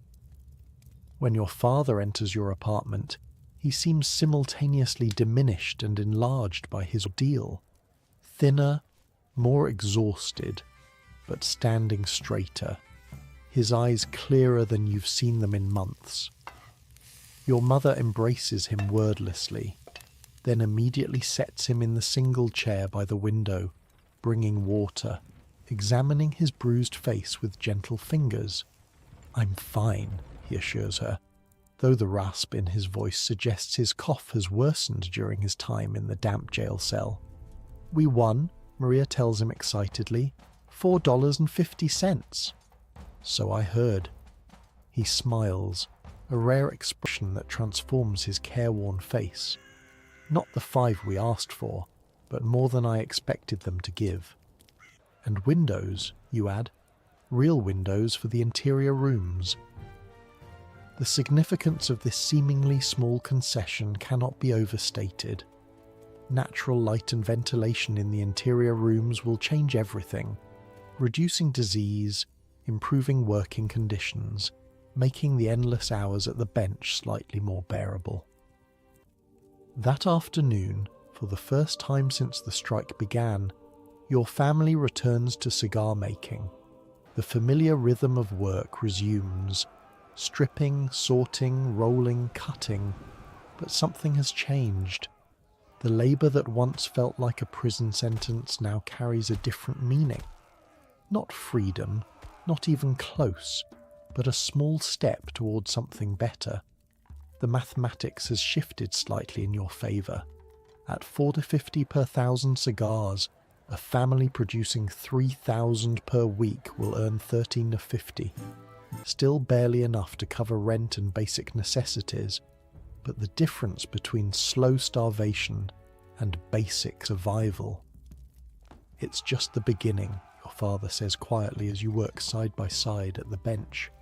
Now they know we can organise. Next time, we'll ask for more. Next time. The very concept would have been unimaginable just weeks ago, when the endless cycle of tobacco and debt seemed as immutable as the seasons. In the days that follow, subtle changes spread through the Bohemian quarter. Jacob Rees returns with his camera, documenting the promised improvements as they begin. Workers installing windows in interior rooms, repairs being made to sanitation systems. His presence serves as both witness and warning to the landlords. The invisible has been made visible and cannot be unseen. A week after the strike's resolution, a different kind of visitor appears at your door. A woman from one of the American settlement houses that work with immigrants. She speaks no Czech, but through a translator explains that they're establishing a night school for Bohemian adults and children who wish to learn English. Free? Your mother asks suspiciously, accustomed to hidden costs in every supposedly charitable offering. Completely free, the translator confirms. 2 evenings each week. Your father considers the offer carefully. English has been the invisible barrier that has kept your family trapped in cigar making, unable to access other jobs, other opportunities. But learning would mean time away from production, income temporarily reduced. Joseph will go, he decides finally, and Maria when she's a bit older. The investment in future possibilities, even at the cost of present sacrifice, represents perhaps the most profound change wrought by the strike. For the first time, your family can think beyond immediate survival, can imagine a life not entirely defined by tobacco and tenements. The woman leaves information about the classes and promises to return. After she's gone, your father studies the English paper she left behind, his expression thoughtful. Everything begins with language, he says. Without English, we remain isolated. With it, perhaps. He doesn't complete the thought, but he doesn't need to. The possibilities hang in the air, as tangible as the tobacco dust that still fills the apartment despite the promised ventilation improvements. Fall arrives, bringing cooler temperatures and changes both subtle and profound to tenement life. The promised windows are installed in interior rooms, allowing natural light to penetrate spaces that have been dim for decades. Repairs to toilets and water systems make daily existence slightly less hazardous, slightly more dignified. You begin attending the English classes twice weekly, your young mind absorbing the new language more quickly than you'd imagined possible. Each new word, each successfully constructed sentence, feels like a key unlocking a door that has kept your family confined. Your father's health improves somewhat with the addition of ventilation to your apartment, though years of tobacco dust have left permanent damage to his lungs. He will never be truly well again, but the constant debilitating cough gradually subsides to something more manageable. The Bohemian community itself has been transformed by the experience of collective action. The isolation that once defined immigrant existence has given way to a new awareness of shared interests, shared power. When a family faces crisis, illness, job loss, unexpected expenses, the support network mobilizes quickly, efficiently, extending meager resources just enough to prevent complete collapse. And the work continues, the endless cycle of tobacco and cigars that still defines daily existence for most Bohemian families. But now there's a difference. $4.50 per thousand instead of $3.75. Windows that allow fresh air to circulate. Small improvements that mean the difference between bare survival and the first fragile shoots of something that might, someday, resemble prosperity. One evening in late October, as your family works by the light of a lamp supplemented now by moonlight through your new interior window, your father puts down his cutting tool and looks around at each of you. "I've been thinking," he says, an unusual preface that immediately captures everyone's attention. Joseph is learning English quickly. By next year he might be able to find other work, something away from tobacco. The possibility hangs in the room like a tangible thing, a future not defined by cigar making, not trapped in the closed system of tenement labour. "What kind of work?" your mother asks cautiously. "The settlement house people say there are apprenticeships sometimes, in trades, carpentry, printing." He looks at you. "Things with a future." A future. The concept seems almost foreign after months of existence focused entirely on immediate survival. The idea that you might someday do something other than roll cigars, might escape the tobacco dust and bent back and permanent stains, it's almost too much to hope for. "It would mean less income initially," your father continues, always practical, "but eventually much more." The family discussion that follows isn't about whether to pursue this possibility. That decision is made the moment it's suggested, but about how to manage the transition. Which expenses can be reduced further to offset the temporary income loss? How will production be redistributed among the remaining family members? The practical mathematics of tenement life applied to a new equation that includes hope as a variable. That night, as you lie on your usual hard bench beneath thin blankets, the apartment feels different. The tobacco smell remains, of course. It's seeped into the walls, the floor, your very skin. But now there's fresh air too.